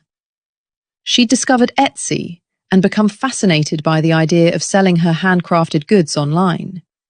She'd discovered Wikipedia and spent a full day reading about the history of the last 1,000 years. She'd even discovered online shopping and had ordered a dozen items she didn't need but couldn't resist. This world is incredible, she'd announced one evening. The things they have, the things they can do. It's like a dream. It's a nightmare, Dobrynya had muttered. They have machines for everything. They've replaced human connection with screens. They've forgotten how to actually talk to each other. That's not true. People still talk. They just do it differently. They swipe left and right. That's not talking. That's evaluating. It was, in fact, this very attitude that led to their current predicament. You need to get out more, Zabava said, cornering Dobrynya in the apartment's tiny kitchen. You've been cooped up in here for a week. You're starting to smell. I do not smell. Trust me, you do. The only thing worse than a Bogatyr who doesn't bathe is a Bogatyr who doesn't bathe and doesn't leave the apartment. I have no reason to leave. There's nothing out there for me. There's everything out there. There's a whole world. And you're going to see it. She'd already arranged the details with Olya. They were going to take Dobrynya to a restaurant. A date, Zabava called it, though Dobrynya wasn't sure what that meant. I don't need a date, he protested. I'm a Bogatyr. I don't date. I rescue damsels. It's different. This is the same thing, basically. A nice meal, some conversation, maybe a walk afterward. It's civilized. I don't do civilized. Then learn. And so, against his better judgment, Dobrynya found himself standing outside a restaurant in the city centre, wearing clothes that Olya had bought for him. A button-up shirt, a pair of jeans that were too tight, and shoes that pinched his feet. This is wrong, he announced, tugging at his collar. All of this is wrong. I should be wearing armour. I should be carrying a sword. You should be quiet and act normal, Zabava interrupted. We're here to have a nice time. Olya says this is a good place. Olya says a lot of things, Most of them are nonsense. She's been very helpful. The least you can do is be polite. Dobrynya grumbled, but followed her inside. The restaurant was dimly lit, with candles on every table and soft music playing in the background. It was, by any standard, romantic. Dobrynya, however, saw only danger. Too dark, he muttered. Ambush potential. I can't see the exits. Stop looking for exits. We're here to eat. What's on the menu? I don't know. We'll find out. They were seated at a small table near the window. A waiter appeared, offering them menus and a list of wines. Dobrynya stared at the menu with the expression of a man confronted with a puzzle he didn't understand. What's this? He asked, pointing at an item.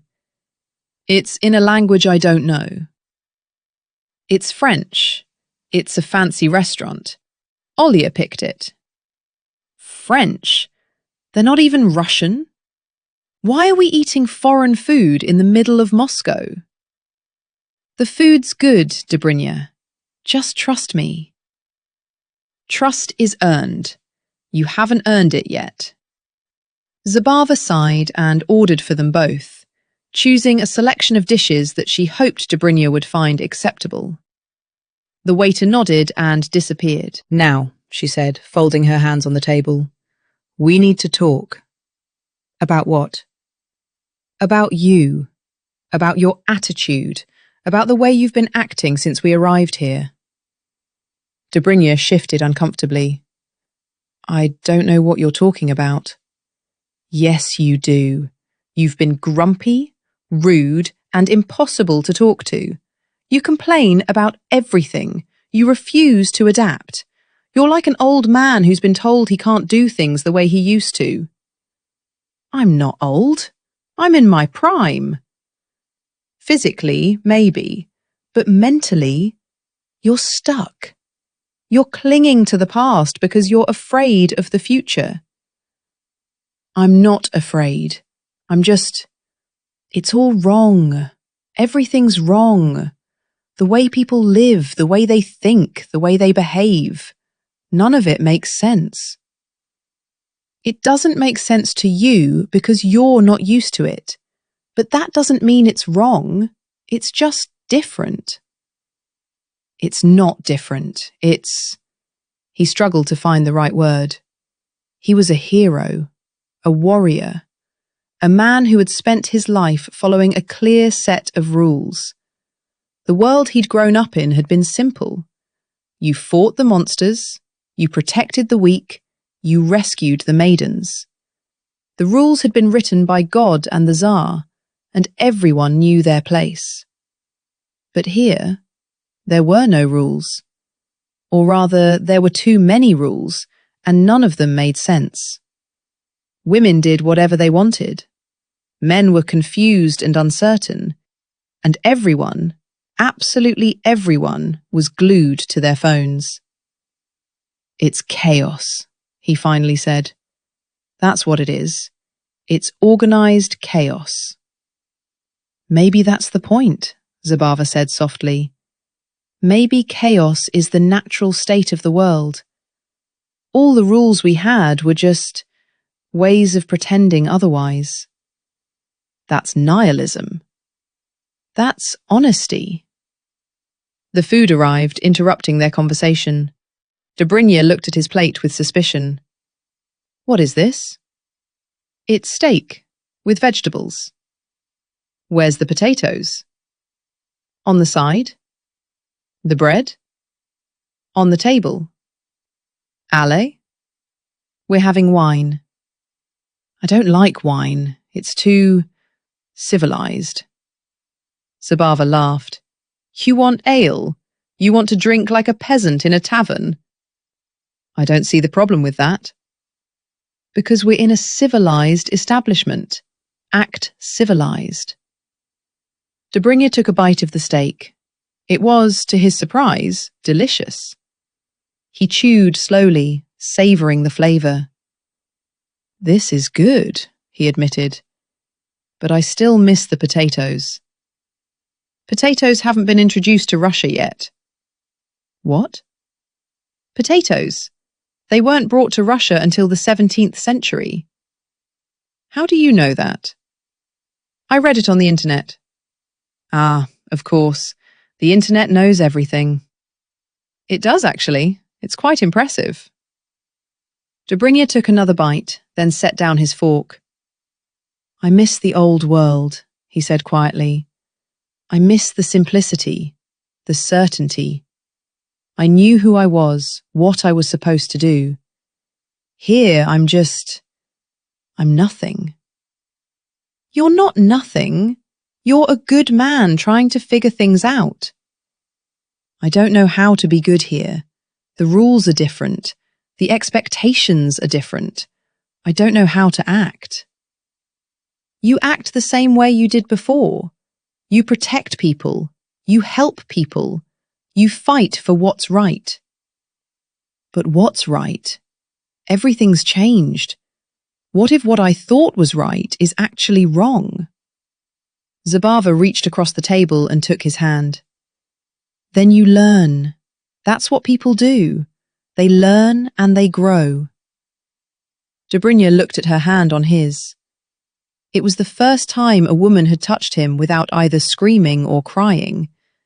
It was nice. You're strange, he said. Thank you. That wasn't a compliment. I know, but I'll take it anyway. They finished their meal in companionable silence. When the bill came, Dobrynya insisted on paying. I have the money, he said, pulling out a wad of rubles that Olya had given him. I'm a man. I should pay. Fine, but you could have let me pay. I'm being old-fashioned. I noticed. The waiter, seeing the cash, gave them a puzzled look. Card? He asked. Card, Dobrynya repeated, not understanding. He wants to know if we're paying by card, Zabava translated. We're paying with money. Real money. This is real money too, Zabava said, pointing to a plastic card in the waiter's hand. It's just digital. I don't understand digital. Neither does Viedogostya, but we're learning. They paid and left the restaurant. The evening air was cool and fresh, carrying the scent of the city, exhaust fumes, street food, and a hint of something floral. That was okay, Dobrynya admitted. Just okay? I'm not used to this. The fancy food, the music, the attention. What attention? From you. You were paying attention to me. You've never done that before. Zabava laughed. We've been in a cage together, rescued by a witch, transported through time and space, and you're telling me I've never paid attention to you. I've paid attention to you the whole time.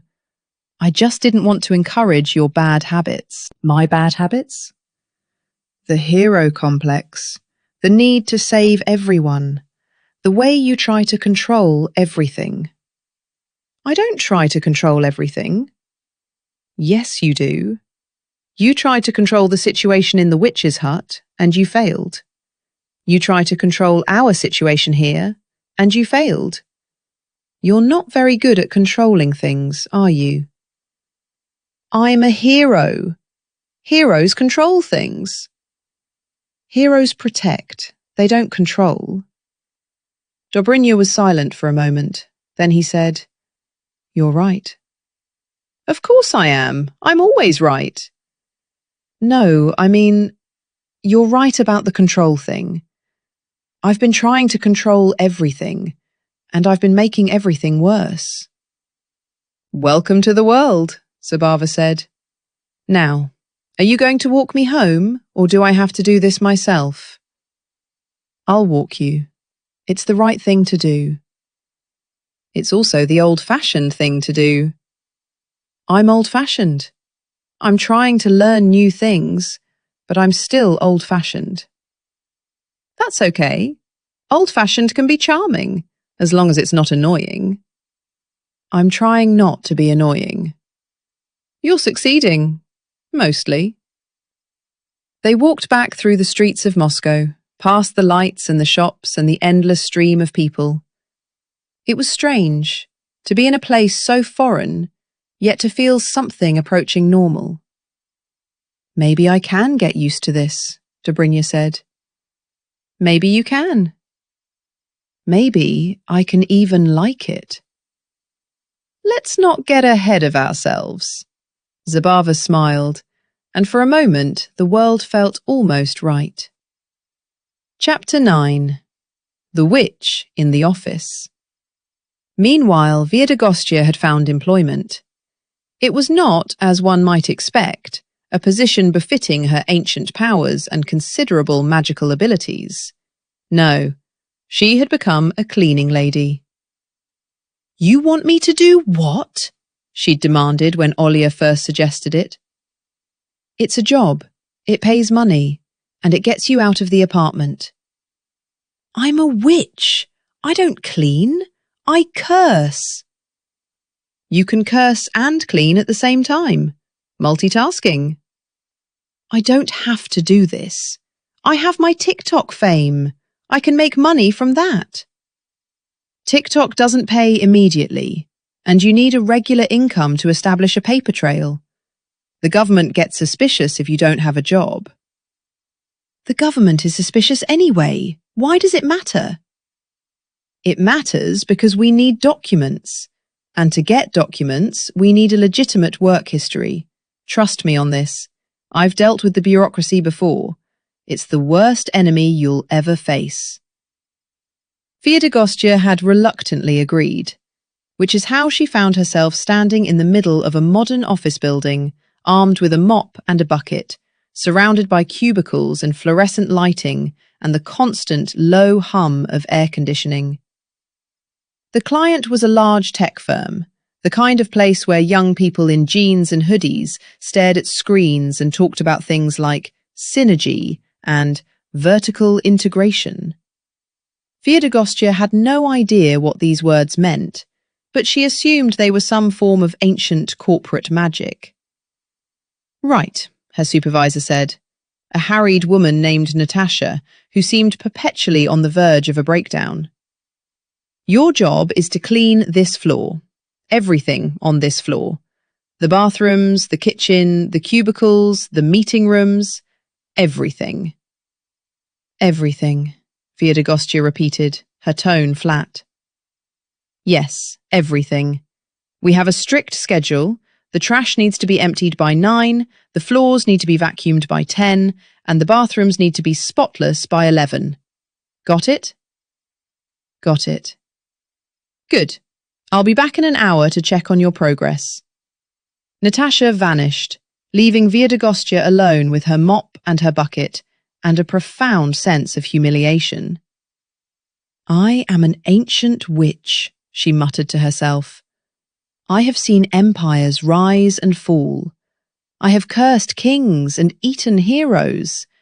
And now I'm cleaning toilets for a living. She picked up the mop. It was a cheap, flimsy thing, clearly designed for someone with less experience in manual labour. She examined it with the critical eye of a weapons master assessing a newly forged blade. This is useless, she declared. I can't clean anything with this. She looked around, taking stock of the situation.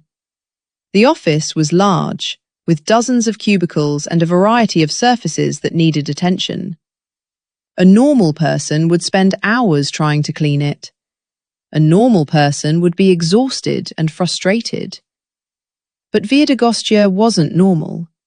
She was a witch, and witches have their ways. She set down her bucket and began to chant. It was a simple spell, one she'd used many times before to clean her hut after particularly messy rituals. It was designed to animate cleaning tools, to make them do the work while she supervised. It was practical magic, The kind of thing that didn't require much energy, but made life infinitely easier. The mop in her hand began to vibrate. She released it, and it flew into the air, suspended by invisible strings. "Obedient mop," she said. "Do as I command. Clean this room. Be thorough. And don't miss anything." The mop saluted her, a ridiculous gesture, but one that never failed to amuse her, and set to work. It moved across the floor with surprising grace, mopping and scrubbing and leaving a trail of gleaming cleanliness in its wake. "Now," Viedogostya said, turning her attention to the bucket, "what about you?" The bucket began to quiver. Water sloshed over its edges. It rose into the air like a hovercraft, ready to serve. "Clean the windows," she commanded. "All of them." The bucket obeyed, floating toward the nearest window and beginning to wash it with a vigour that would have impressed any professional cleaner. Viedogostya watched her creations work, feeling a warm glow of satisfaction. This was real magic. This was the kind of magic that made life better. Not the dramatic spells that caused earthquakes or summoned demons. Those were for amateurs. The real power was in the small things, the everyday enchantments that made the world a little bit brighter. "I could get used to this," she murmured. "Being a cleaning lady isn't so bad. Not when you've got magic on your side." The spell worked remarkably well. Within 10 minutes, the entire floor had been transformed. The floors gleamed, the windows sparkled. The bathroom smelled faintly of lavender. An accidental touch, but a pleasant one. Viedogostya was just admiring her work when Natasha returned. "What happened?" she shrieked, staring at the immaculate space. "I cleaned it," Viedogostya said calmly. "As instructed." "Impossible! This place looks like it's never been used." "That's a compliment, isn't it?" Natasha looked around wildly, as if expecting to see an army of invisible helpers. She saw nothing but Viedogostya and her mop and her bucket. "How did you do this?" "I work fast." "It's been 10 minutes." "That's fast, isn't it?" Natasha opened her mouth to argue, then closed it again. She was clearly confused, but the results spoke for themselves. The floor was perfect. The clients would be delighted. "Okay," she said finally, her voice strained. "Okay, this is good. This is really good. You can do this every day?" "Of course, it's my job." "Great. Perfect. You're hired. For real. We'll figure out the paperwork later." Natasha wandered off in a daze, muttering something about miracle workers and union regulations. Viedogostya watched her go with a smug smile. "Witchcraft," she said to herself. "It's still the best tool for the job." The real challenge came, as it always does, from above. Her direct supervisor was a man named Yevgeny, a middle-aged bureaucrat with a permanent frown and a deep-seated belief that everyone was trying to cheat him. He had been in the cleaning business for 30 years, and he had seen everything. Or so he thought. "You," he said, pointing a stubby finger at Viedogostya. "I've heard about you. Good things, I hope. Unbelievable things. Impossible things. Things that make no sense. That's my speciality. I don't like things that make no sense. I like things that are predictable, reliable, normal. You're not normal." "Thank you. I take that as a compliment." "It's not a compliment. It's a problem. You're a problem." Viedogostya sighed. "What specifically is the problem?" "The problem is that you've been working here for 3 days and everyone's talking about you. They say you're a witch." "People talk. It's what they do." "They say you made the mops dance." Mops don't dance, they clean. It's what they do. They say you made the buckets fly. Buckets don't fly, they carry water. They're too heavy to fly. Yevgeny looked at her with narrowed eyes. I don't believe in magic, he said firmly. I believe in hard work and discipline. I believe in things I can see and touch and understand. And I don't understand you. That's a shame. I'm quite understandable once you get to know me. I don't want to get to know you. I want you to do your job and keep your head down and not cause any trouble. Can you do that? For you? No. The word hung in the air like a challenge. Viedogostya met Yevgeny's gaze without flinching, her ancient eyes boring into his with the weight of centuries. What's that supposed to mean? He demanded. It means I'm not going to pretend to be something I'm not. I'm a witch. I use magic. If you don't like it, that's your problem. If you don't stop with this nonsense, I'll have you fired. You could try, but I think you'll find I'm not easily removed. It was, Viedogostya reflected later, the exact wrong thing to say to a man like Yevgeny. He was the kind of person who saw challenges as personal attacks, who interpreted every disagreement as an act of war. He couldn't let her defiance stand. It would undermine his authority. You're fired, he declared. Right now. Pack up your things and get out. Viedogostya smiled. It was not a pleasant smile. It was the smile of a predator who had just found a particularly tasty morsel. I'll leave, she said. But first, I have one more thing to do. What thing? She raised her hand and began to chant. It was a simple curse, one of the mildest in her repertoire. It wasn't designed to kill or maim. It was designed to inconvenience, to teach a lesson, to make a point. By the power of the ancient ones, she intoned, by the wisdom of the foremothers, by the strength of the earth and the sky, I place upon you a small but persistent inconvenience. Yevgeny tried to speak, but no words came out. His mouth opened and closed like a fish gasping for air. You will find, Viedogostya continued, that certain functions have become temporarily unavailable. Nothing serious, nothing permanent. Just a reminder that the world is stranger than you think, and that respect is earned, not demanded. She turned and walked away, leaving Yevgeny standing in the middle of the office with a look of pure horror on his face.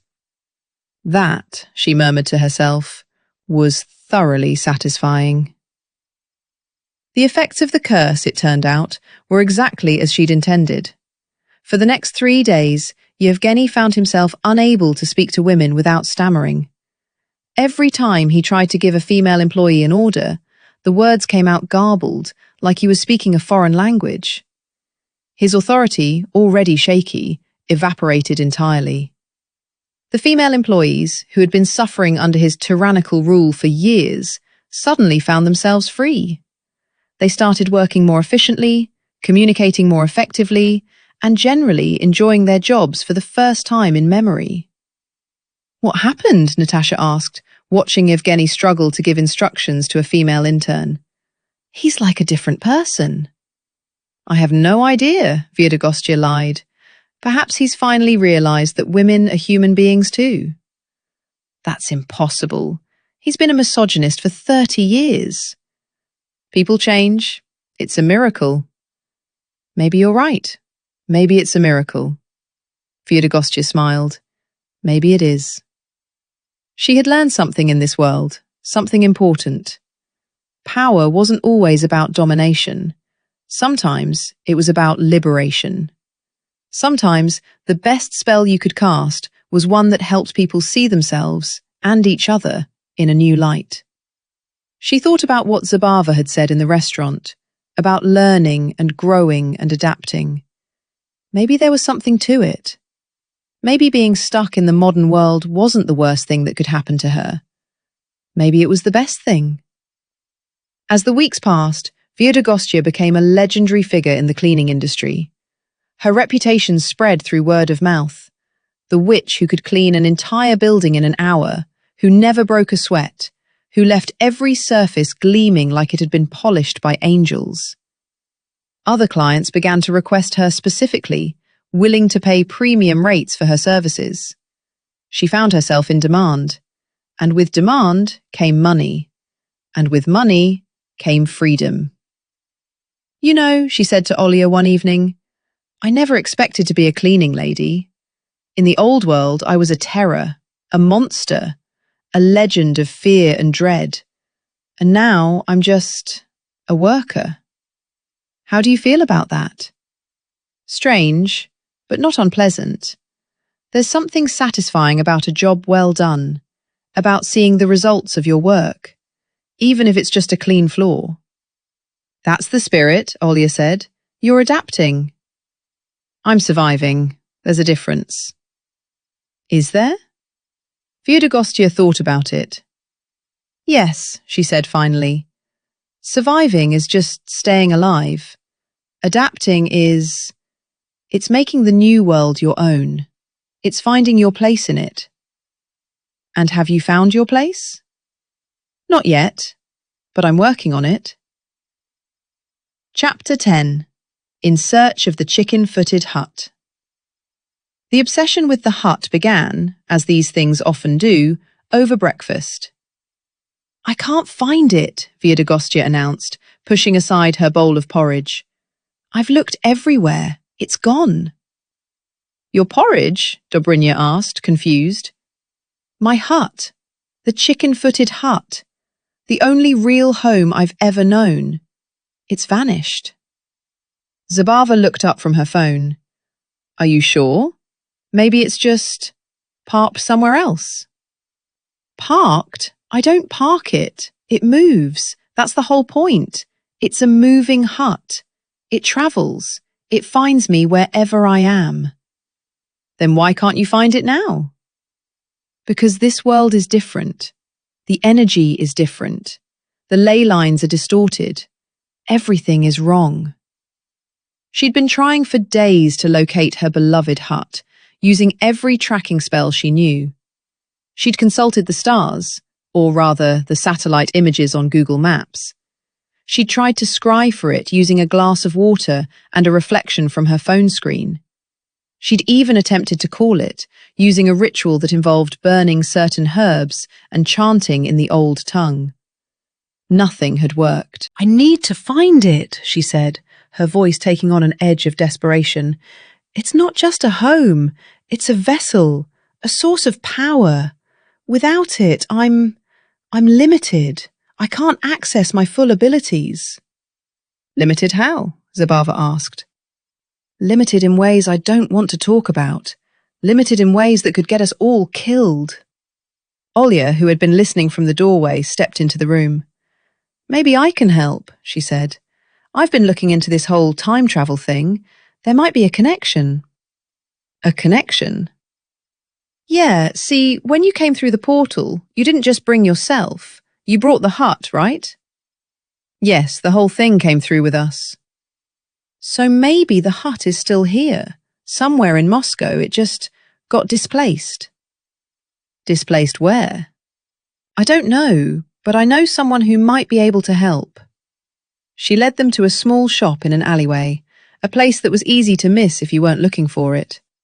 The sign above the door read, "Moscow Paranormal Research and Consultation," a name that seemed to promise far more than it could deliver.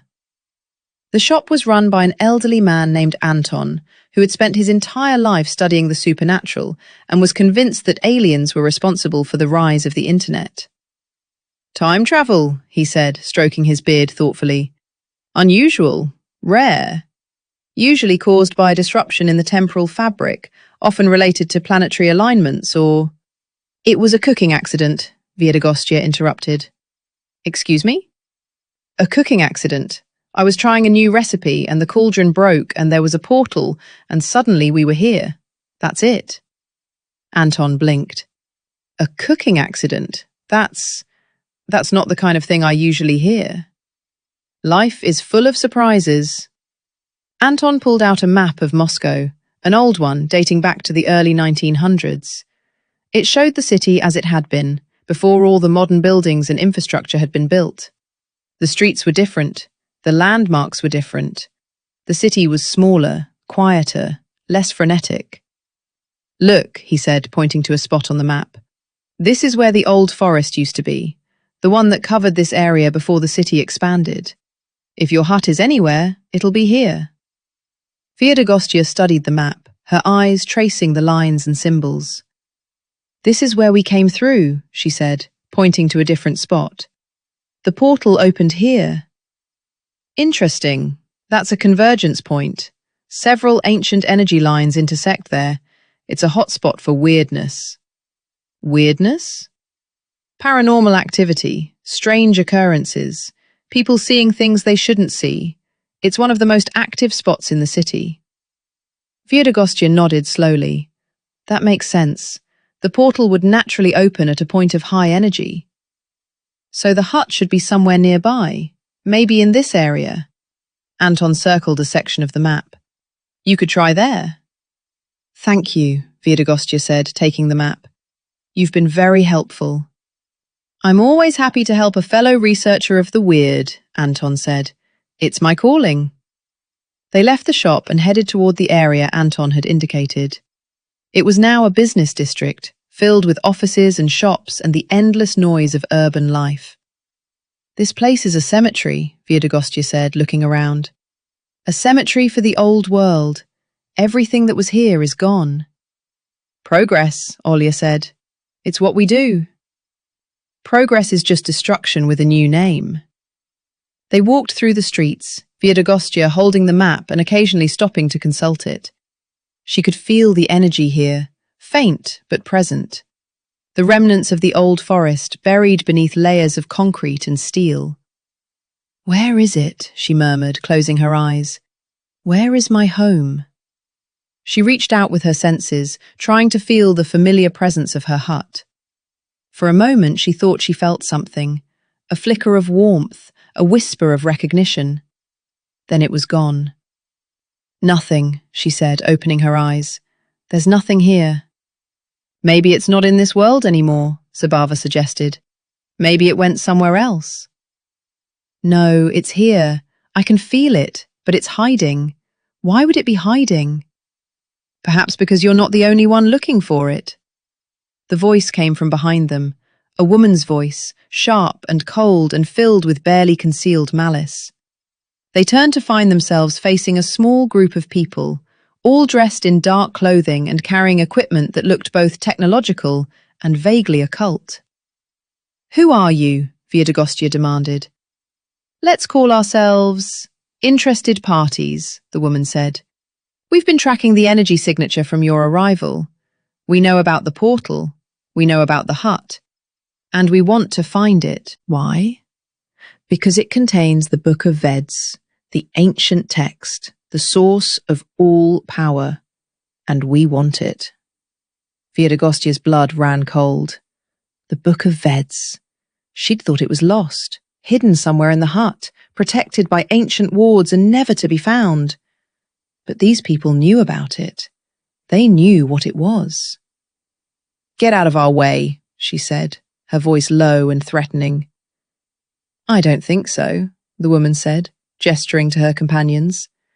We've been looking for you for weeks, and we're not about to let you slip away again. Part 3. The Book of Shadows. Chapter 11. The Black Archaeologists. The woman in dark clothing smiled, and it was not a pleasant expression. Her face was sharp, angular, with cheekbones that could cut glass and eyes that held the cold gleam of a predator who had cornered its prey. She was flanked by 3 men, all similarly dressed in black tactical gear, and all carrying equipment that looked expensive and highly specialized. My name is Irina Volkov, the woman said, taking a step forward. I represent the Moscow Institute of Paranormal Archaeology, We've been tracking your energy signature since you arrived." "Paranormal archaeology?" Olya laughed, though there was a nervous edge to it. "That's not a real thing." "Oh, but it is. We've been studying supernatural phenomena for decades. Ancient artifacts, magical texts, interdimensional travelers. We've seen it all. And we've been waiting for someone like you." "Someone like me?"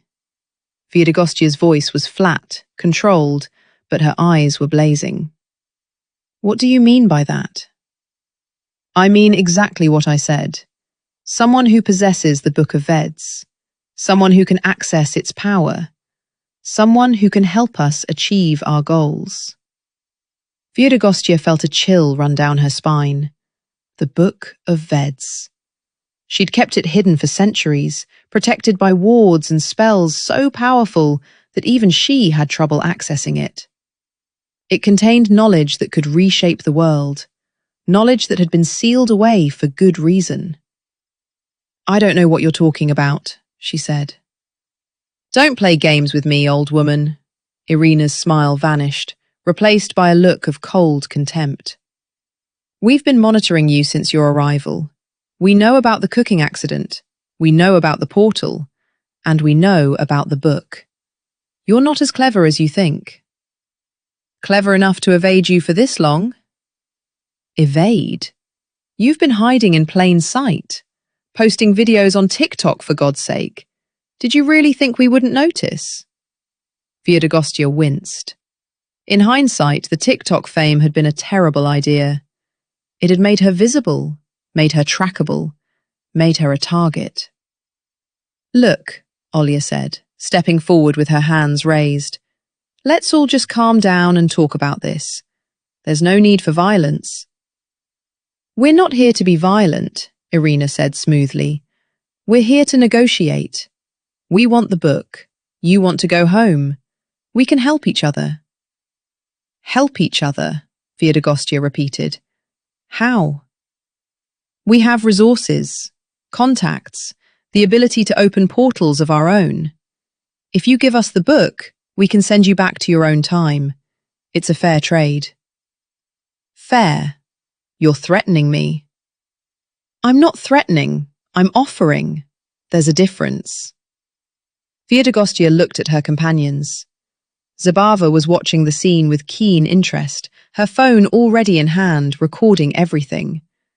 Dobrynya had taken up a defensive stance, his fists clenched, ready to fight. Olya was pale but determined. "What's in the book?" Zabava asked, directing her question at Irina. "Why do you want it so badly?" "The Book of Veds contains the knowledge of the ancient world. Spells that can control the weather, manipulate minds, alter reality itself. With that kind of power, we could reshape the world, bring order to chaos, establish a new era of human advancement." "Or you could use it to enslave everyone," Zabava said. "That's a matter of perspective. It's a matter of morality, and you're clearly lacking in it." Irina's eyes narrowed. "You're a clever girl, too clever for your own good. I'd be careful if I were you." "Is that a threat?" "It's a friendly warning. You wouldn't want anything to happen to your friends, would you?" She gestured to her men, and they moved closer, forming a semicircle around the group. They were armed, not with guns, but with something worse. Devices that hummed with energy, crackling with power that was not quite magical, but definitely not natural. "What are those?" Dobrynya demanded. "Energy disruptors. They can neutralize magical abilities. We use them to handle difficult subjects." "You're not going to handle anyone," Dobrynya said, stepping forward. "I won't let you." "Ah, the Bogatyr. How quaint. We've read about you in the historical texts. A hero of the old world transported to the new. You must be very confused." "I'm not confused. I'm angry. And you're about to find out what happens when a Bogatyr gets angry." He lunged forward, aiming a punch at the nearest man. It was a good punch, fast, powerful, and aimed at the jaw. It would have felled any normal opponent, but these weren't normal opponents. The man raised his disruptor, and a burst of energy shot out, striking Dobrynya in the chest. He froze mid-punch, his body rigid, his eyes wide with shock. "What?" he started, but the words died in his throat. "Impressive, isn't it?" Irina said, walking past him. "It doesn't kill, it just pauses, gives us time to have a conversation without interruption." She turned to Viedogostya, who was watching the scene with barely contained rage. "Now, let's talk about the book." "I don't have it." "Liar." "I don't. It's gone, lost, destroyed. Whatever you think I have, you're wrong." "Then why is your hut hidden? Why can't you find it?" "Because it's protecting the book, and that means the book is still there." Viedogostya said nothing. She couldn't. The woman was right. The book was in the hut, hidden behind layers of protective magic. The hut was hiding from everyone, including Viedogostya herself, because it knew the danger that the book represented. "Let me make this simple," Irina said. "You help us find the hut, or your friend stays frozen, and maybe we add some discomfort to the experience." She gestured to the man with the disruptor, who turned a dial on the device. Dobrynya's body began to shake, his muscles contracting involuntarily. "Stop!" Viedogostya shouted. "Stop it! I'll do what you want!" "Good decision," Irina nodded, and the man turned the dial back. Dobrynya collapsed to the ground, gasping for breath. "You'll pay for that," Zabava said, her voice cold. "I'm sure I will, but for now, I'm the one in charge. So let's take a walk, shall we? We have a lot to discuss." Chapter 12. The Philosophical Cab Ride. They were herded into a black van, the kind that looked unremarkable on the outside, but was clearly designed for far more sinister purposes on the inside. The windows were blacked out, the seats were bolted to the floor, and there was a partition separating the driver from the passengers. Irina sat across from them, her expression calm and businesslike. The three men with the disruptors flanked the doors, their devices humming softly. "Where are you taking us?" Zabava asked. "To our headquarters. It's a secure facility, not far from here. We'll be comfortable there, I promise. We have a very nice conference room." "I don't want a conference room. I want to go home." "And you will, once we have the book." Viedogostya, who had been silent since the kidnapping, finally spoke. "You're making a mistake," she said. "The book isn't what you think it is. I think it's the most powerful magical artifact in existence. Am I wrong?" "Yes, no, it's complicated." "Explain." Viedogostya sighed. "The book is powerful, yes, but it's also dangerous. It's not a tool for controlling the world. It's a warning, a record of what happens when you try to control the world." "What happens?" "Disaster, chaos, death. The last person who tried to use the book's power ended up destroying an entire civilization. That's why I have it. That's why I keep it hidden, to protect people from themselves." Irina laughed. "You're trying to scare me. It won't work." "I'm not trying to scare you. I'm trying to warn you. The book doesn't give you power. It takes it. It corrupts. It twists your mind until you can't tell the difference between what's real and what's not." "You're describing a weapon. That's exactly what I want." "No, you don't. You want control, order. You think you can use the book to make the world a better place, but you can't. The book doesn't make things better. It makes things different, and usually different is worse." Irina's smile faded. "You're lying." "I'm not. I've seen it happen. I've seen the aftermath. I've spent centuries trying to make sure it never happens again, and I won't let you undo all that work. You don't have a choice. Everyone has a choice. Irina stared at her for a long moment. Then she laughed again, shaking her head. You're an interesting woman, Viedogostya. I'll give you that. But you're also delusional. You think you can resist us. You think you can protect the book forever. But you're old, you're tired, and you're out of options. I have options I haven't even considered yet. Is that a threat? It's a promise. The van stopped, and they were led into a large building that looked like a government office from the outside. Inside, however, it was anything but bureaucratic. The walls were lined with bookshelves filled with ancient texts. The floors were covered in strange symbols, and the lighting was dim and moody. This is your headquarters? Zabava asked, looking around. It looks like a museum. It's a research facility, Irina said. We study the supernatural. We catalogue artifacts. We document phenomena. It's very important work. Important work that involves kidnapping people. Desperate times call for desperate measures. They were led into a conference room with a large table in the centre and chairs arranged around it. Irina gestured for them to sit. Make yourselves comfortable, she said.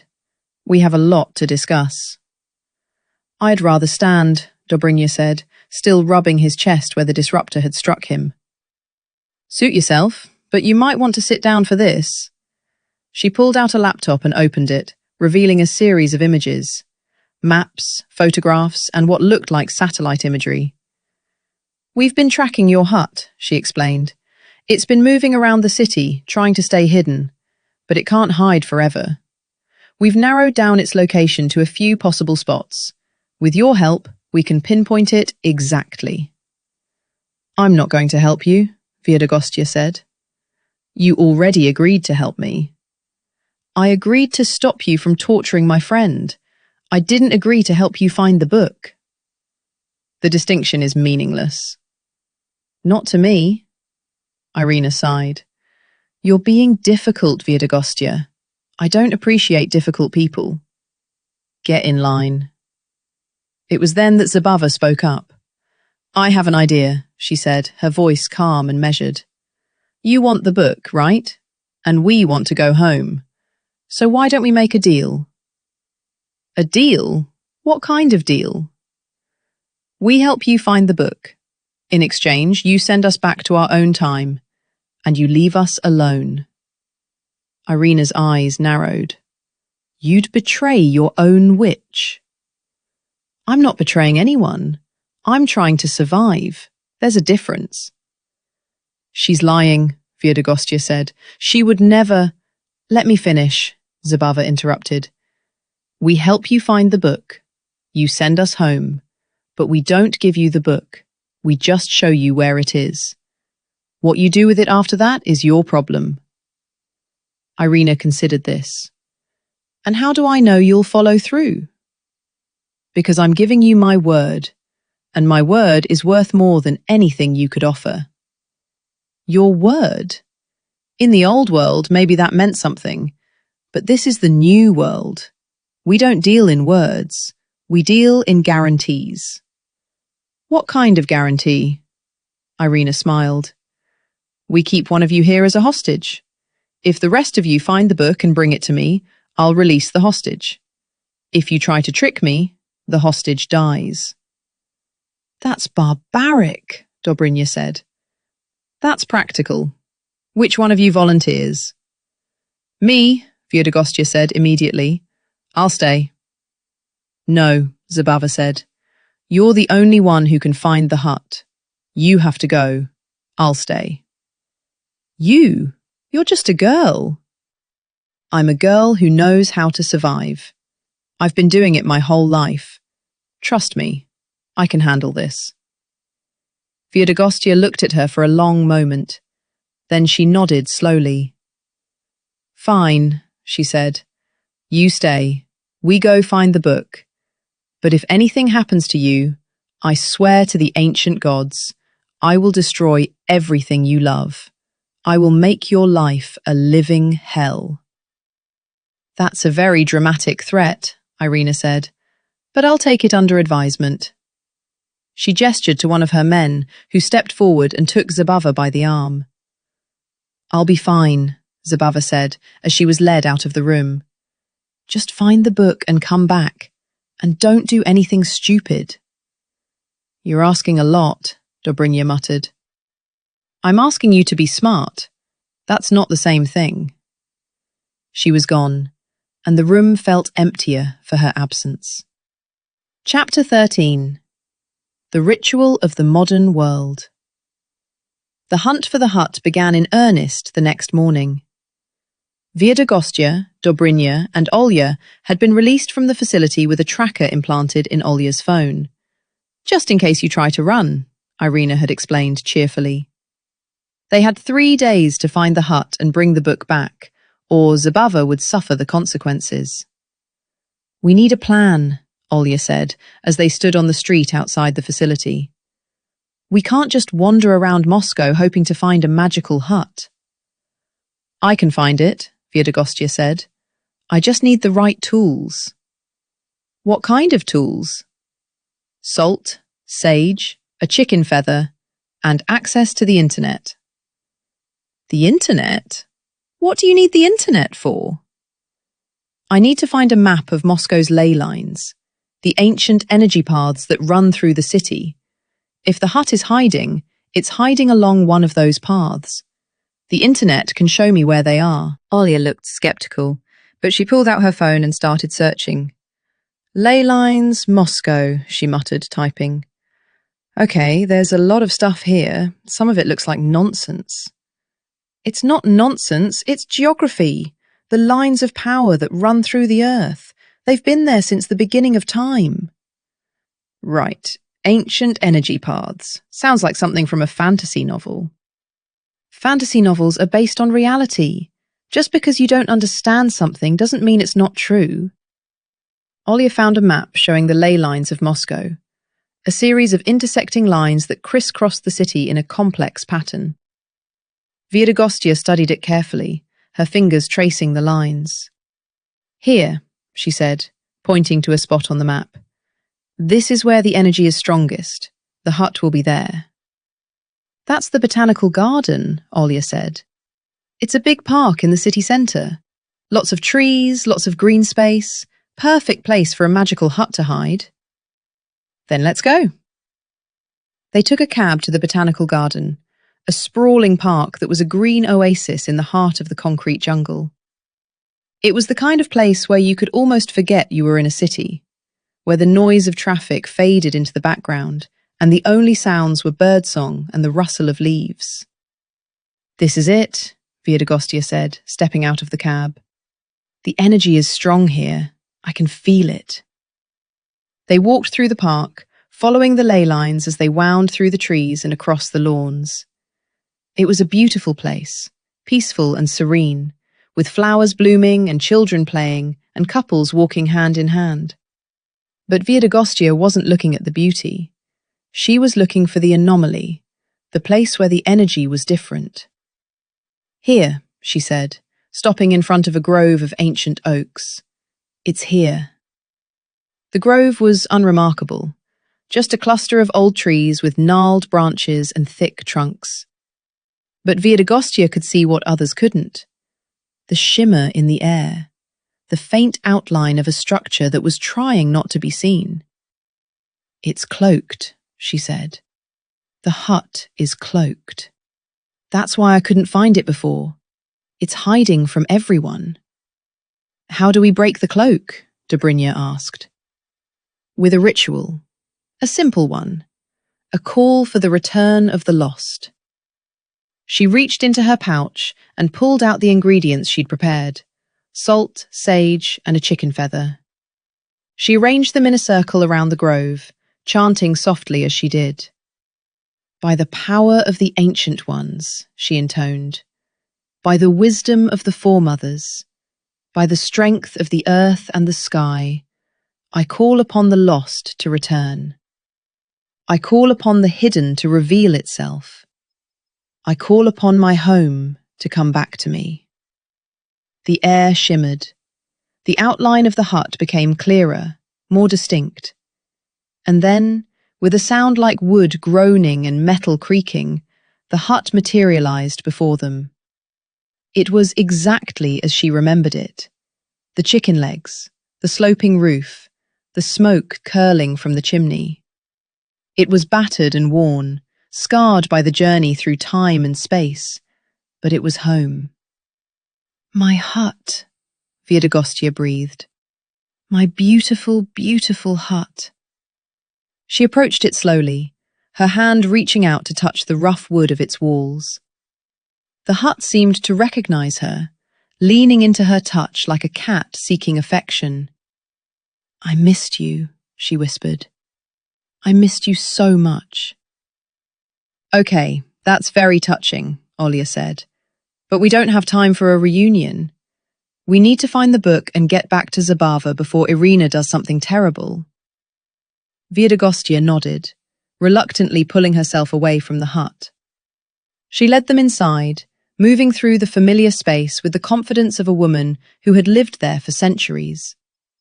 The book was in the back room, hidden behind a false wall that could only be opened with a specific incantation. Viedogostya spoke the words, and the wall slid aside, revealing a small compartment. Inside was the Book of Veds. It was an unassuming thing, a leather-bound volume, worn and faded, its pages yellowed with age. But it pulsed with power, a quiet hum that could be felt more than heard. Grab it, Viedogostya said. Grab it and let's go. Dobrynya reached for the book, his fingers brushing against its cover. And then, something happened. A flash of light, a surge of energy, and everything went black. Chapter 14. The Battle of the Glass City. When Dobrynya opened his eyes, he was no longer in the hut. He was standing on the roof of a skyscraper, the wind whipping around him, and the city of Moscow spread out below like a glittering carpet. Viedogostya was beside him, her expression grim. What happened? He asked, his head spinning. The book transported us, she said. It sensed the danger. It brought us here, to the top of this building. Why? Because it's safe. The book wants to protect itself. It wants to keep us away from the people who would use it for evil. But we can't stay here. We have to get back to Zabava. Agreed. But first, we need to figure out how to get down. They were on the roof of the Ostankino Tower, one of the tallest buildings in Moscow. The view was breathtaking, but the height was dizzying. Below them, the city stretched out in all directions, a vast sprawl of buildings and roads and lights. We need a plan, Viedogostya said. A real plan. One that doesn't involve jumping off buildings. I can fight, Dobrynya said. I can fight my way through them. It's what I do. You can't fight them all. There are too many. And they have those energy disruptors. They'll stop you before you even get close. Then what do you suggest? Viedogostya was silent for a moment, her mind working. And then an idea came to her.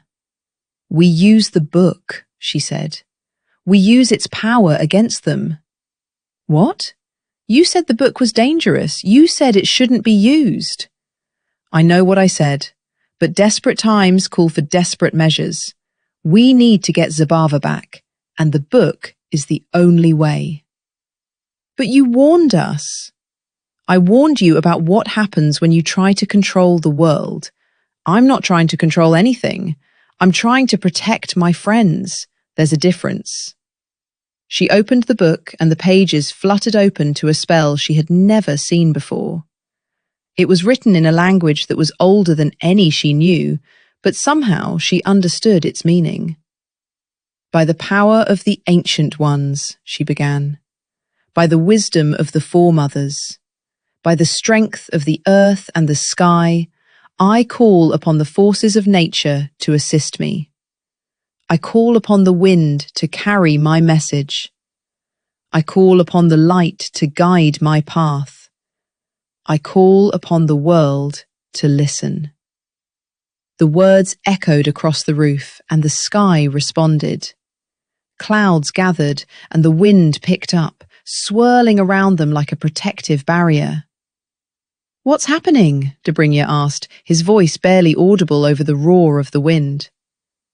"The book is answering my call. It's giving me what I asked for." "What did you ask for?" "I asked for a way to save my friend." The wind intensified, and suddenly they were lifted off their feet, carried aloft by a force that seemed to come from the sky itself. They soared over the city, past buildings and bridges and streets, until they landed in front of the facility where Zabava was being held. "How did you do that?" Olya asked, staring at Viedogostya with wide eyes. "I used the book. It gave me what I needed." "But you said the book was dangerous." "It is. But sometimes danger is necessary."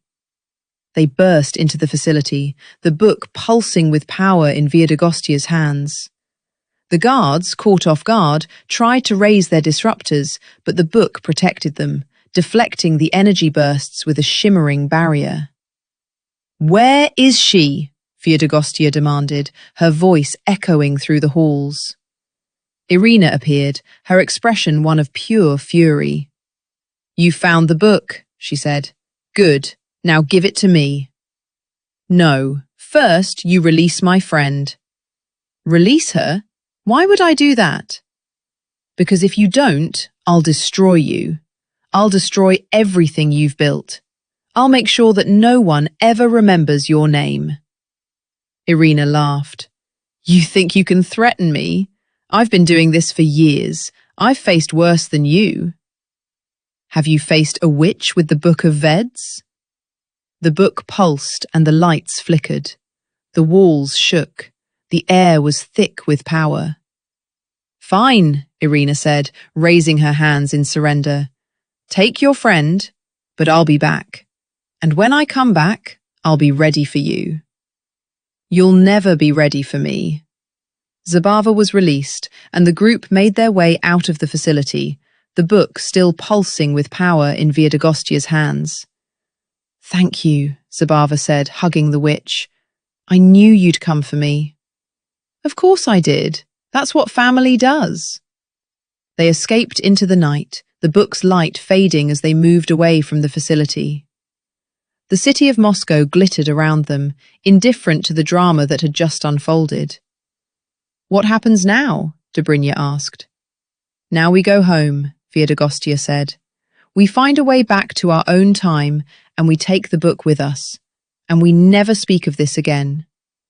"That's a good plan," Olya said. "I like that plan." But even as she spoke, Viedogostya knew it wouldn't be that simple. The book was too powerful, too dangerous to simply ignore, and there were others who would come looking for it. There would always be others. But that was a problem for another day. For now, they were safe. They were together. And that was enough. Chapter 15. The Lesson of the Modern World. They gathered in Olya's apartment, the book sitting on the table like a sleeping beast. Viedogostya had wrapped it in cloth, trying to contain its power, but the glow still seeped through. "We need to get rid of it," she said. "The book, I mean. It's too dangerous to keep." "Get rid of it how?" Zabava asked. "I'm not sure, but I know someone who might know." Anton, the paranormal researcher, was their first stop. He examined the book with the same reverence that a priest might reserve for a holy relic. "This is the real thing," he breathed. "The actual, genuine Book of Veds. I never thought I'd see it with my own eyes." "Can you help us get rid of it?" Viedogostya asked. "Get rid of it? You can't get rid of it. It's the most powerful artifact in existence. You can't just throw it away. Then what do we do with it? Anton thought for a moment. There's a place, he said. A hidden vault deep underground. It's been used for centuries to store dangerous artifacts. It's the safest place for the book. Where is it? I can't tell you exactly, but I can show you. The vault was beneath the city, deep in the labyrinth of tunnels that ran under Moscow. It was guarded by magic and technology, a perfect combination of the old and the new. Place the book here, Anton said, showing them a stone pedestal. The vault will seal it away. No one will be able to access it. Viedogostya placed the book on the pedestal, and the vault began to close, the stone sealing the book away from the world. Is that it? Dobrynya asked. Is it really over? It's over for now, Viedogostya said. But the book will always be there. It will always be a temptation. Someone will always try to use it. Then we need to be ready, Zabava said. We need to stay vigilant. Agreed. But for now, let's just be grateful. They made their way back to Olya's apartment, the weight of the book lifted from their shoulders. The city of Moscow continued around them, indifferent and eternal. I'm going to stay, Viedogostya said finally. In this world, I mean. I've decided to stay. You're going to stay? Dobrynya asked, surprised. What about going home? I can't go home. The book is here. I need to make sure no one ever finds it. But you were so determined to leave. I was. But things change. People change. And this world has given me something I never expected. What's that? A purpose. A reason to live. A reason to protect something more than just myself. Zabava smiled. I'm going to stay too, she said. There's so much to learn here. So much to explore. I can't leave now. I'm staying too, Olya said. Someone has to keep the witch out of trouble. And me? Dobrynya asked. What about me? You're staying too, Zabava said. We need someone to protect us. Fine, but I'm not cleaning the toilet. Deal. Chapter 16. Epilogue. Laughter through the centuries. 6 months later, they were living in a new apartment, a bigger one, with room for everyone and their various pursuits. Viedogostya had opened a successful online school, teaching Magic of Ancient Rus to a generation of eager students who had no idea that their teacher was the real thing. Her courses were full of practical wisdom, disguised as spells and incantations. They called it self-help. She called it witchcraft.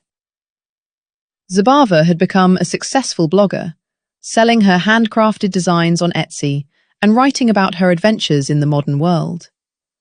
Her followers loved her stories, even if they didn't quite believe them. Dobrynya had found a job in a gym, training clients in traditional martial arts, which was just a fancy way of saying hitting things really hard. He had also developed a newfound respect for modern life, even if he still complained about it at every opportunity. Olya continued to make videos, documenting the strange and wonderful lives of her time-traveling friends. Her channel had grown exponentially, and she was now one of the most popular creators on the platform. One evening, they gathered on the rooftop of their apartment building, watching the sunset over the city. Look at this place, Viedogostya said, gesturing at the glittering skyline. All these towers, all these lights. And to think, I used to live in a hut in the woods. Times change, Zabava said. People change. Everything changes, Viedogostya laughed, a genuine laugh, full of joy and wonder. You know, she said, I used to think my purpose was to terrify people, to make them afraid of the dark. But this world has so many fears already. They don't need me to add to them. What do they need? Dobrynya asked. They need laughter. They need hope. They need to believe that things can get better. She looked at her friends. And that's what I'm going to give them. Can you give them those things with magic? Olya asked. Not magic, Viedogostya said. Something better. Humanity. Compassion. A reminder that even in the darkest times, there's always light. That's very philosophical. I learned it from you. All of you. You taught me that being a witch isn't about power. It's about connection. It's about caring for others. Even if they're annoying, Dobrynya asked. Especially if they're annoying. They stayed on the rooftop until the stars came out, talking and laughing and enjoying each other's company. It was a simple moment, but it was perfect. And as the lights of Moscow glittered below them, Viedogostya felt a sense of peace she'd never felt before. This was her home now. This city, this world, these people. She had found something she'd never expected. A family. And that was worth more than all the magic in the world. The end. And so, the witch who once terrified children in the dark forests of ancient Rus became a beacon of hope in the concrete jungle of modern Moscow. It was a strange journey, filled with unexpected twists and turns, but in the end, it led her exactly where she needed to be. The Book of Veds remained hidden, waiting for the right time to reveal itself again. But for now, it was safe, and so were they. In the end, it wasn't about the magic. It was about the people. It was about the connections they'd formed and the lives they'd touched. It was about finding a place to belong, even in the strangest of circumstances. And that, Viedogostya reflected, was the greatest spell of all. Author's note. Anna Gogoleva. Dear readers, if you have made it to the end of this story, it means either that you possess truly heroic patience, or that your inner critic fell asleep somewhere in the middle and you simply decided to see how it all turned out.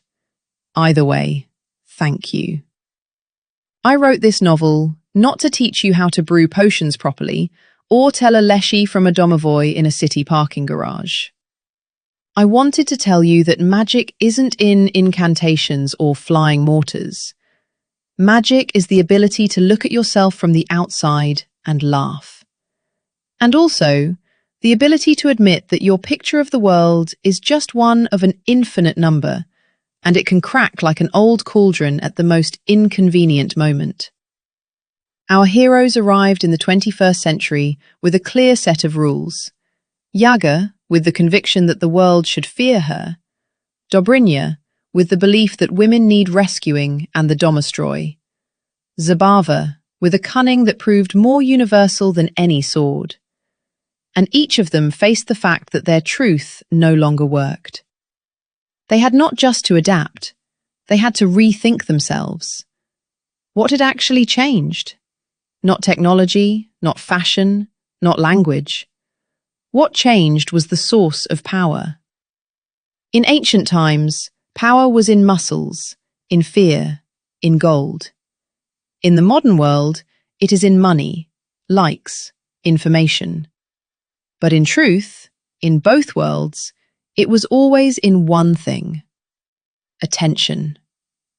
And if you know how to command attention, you rule the world. Or at least your own life. Yaga didn't realize this right away.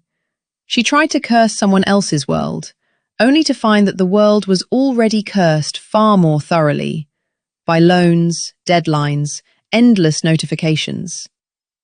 She came to frighten, but ended up consoling. Because people have always feared the same things: loneliness, meaninglessness, the unknown.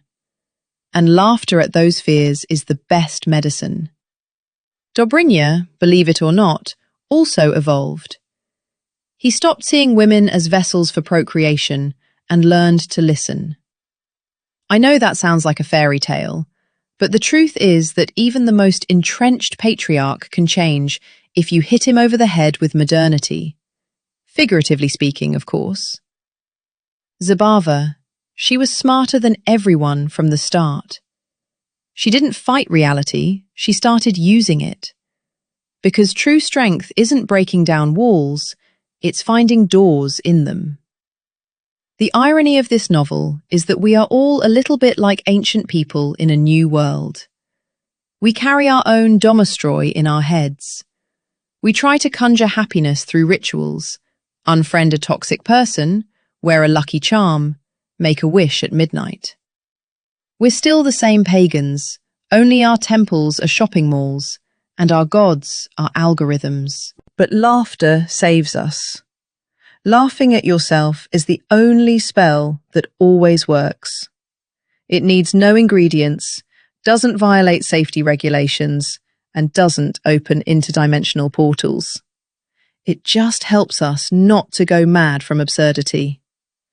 So, if, after reading this, you feel a lightness, then the sorcery worked. If you smiled, then I didn't waste all that ink and bites in vain. If, however, you are seriously planning to search for chicken legs in Moscow, then forgive me, you've been reading the wrong book. Remember, the most powerful magic is the kind that turns fear into a smile, and loneliness into shared laughter around one table. And it doesn't matter whether that table stands in a hut on chicken legs or in a Khrushchev-era apartment with a view of Auchan. With respect and a hint of irony, Anna Gogoleva. Copyright notice. Anna Gogoleva, copyright 2026, all rights reserved. This novel, including all its parts, chapters, characters, dialogues, plot lines, and artistic elements, is the intellectual property of Anna Gogoleva. No part of this work may be reproduced, distributed, transmitted, stored in retrieval systems, or translated into other languages without the written permission of the author, except as permitted by copyright law.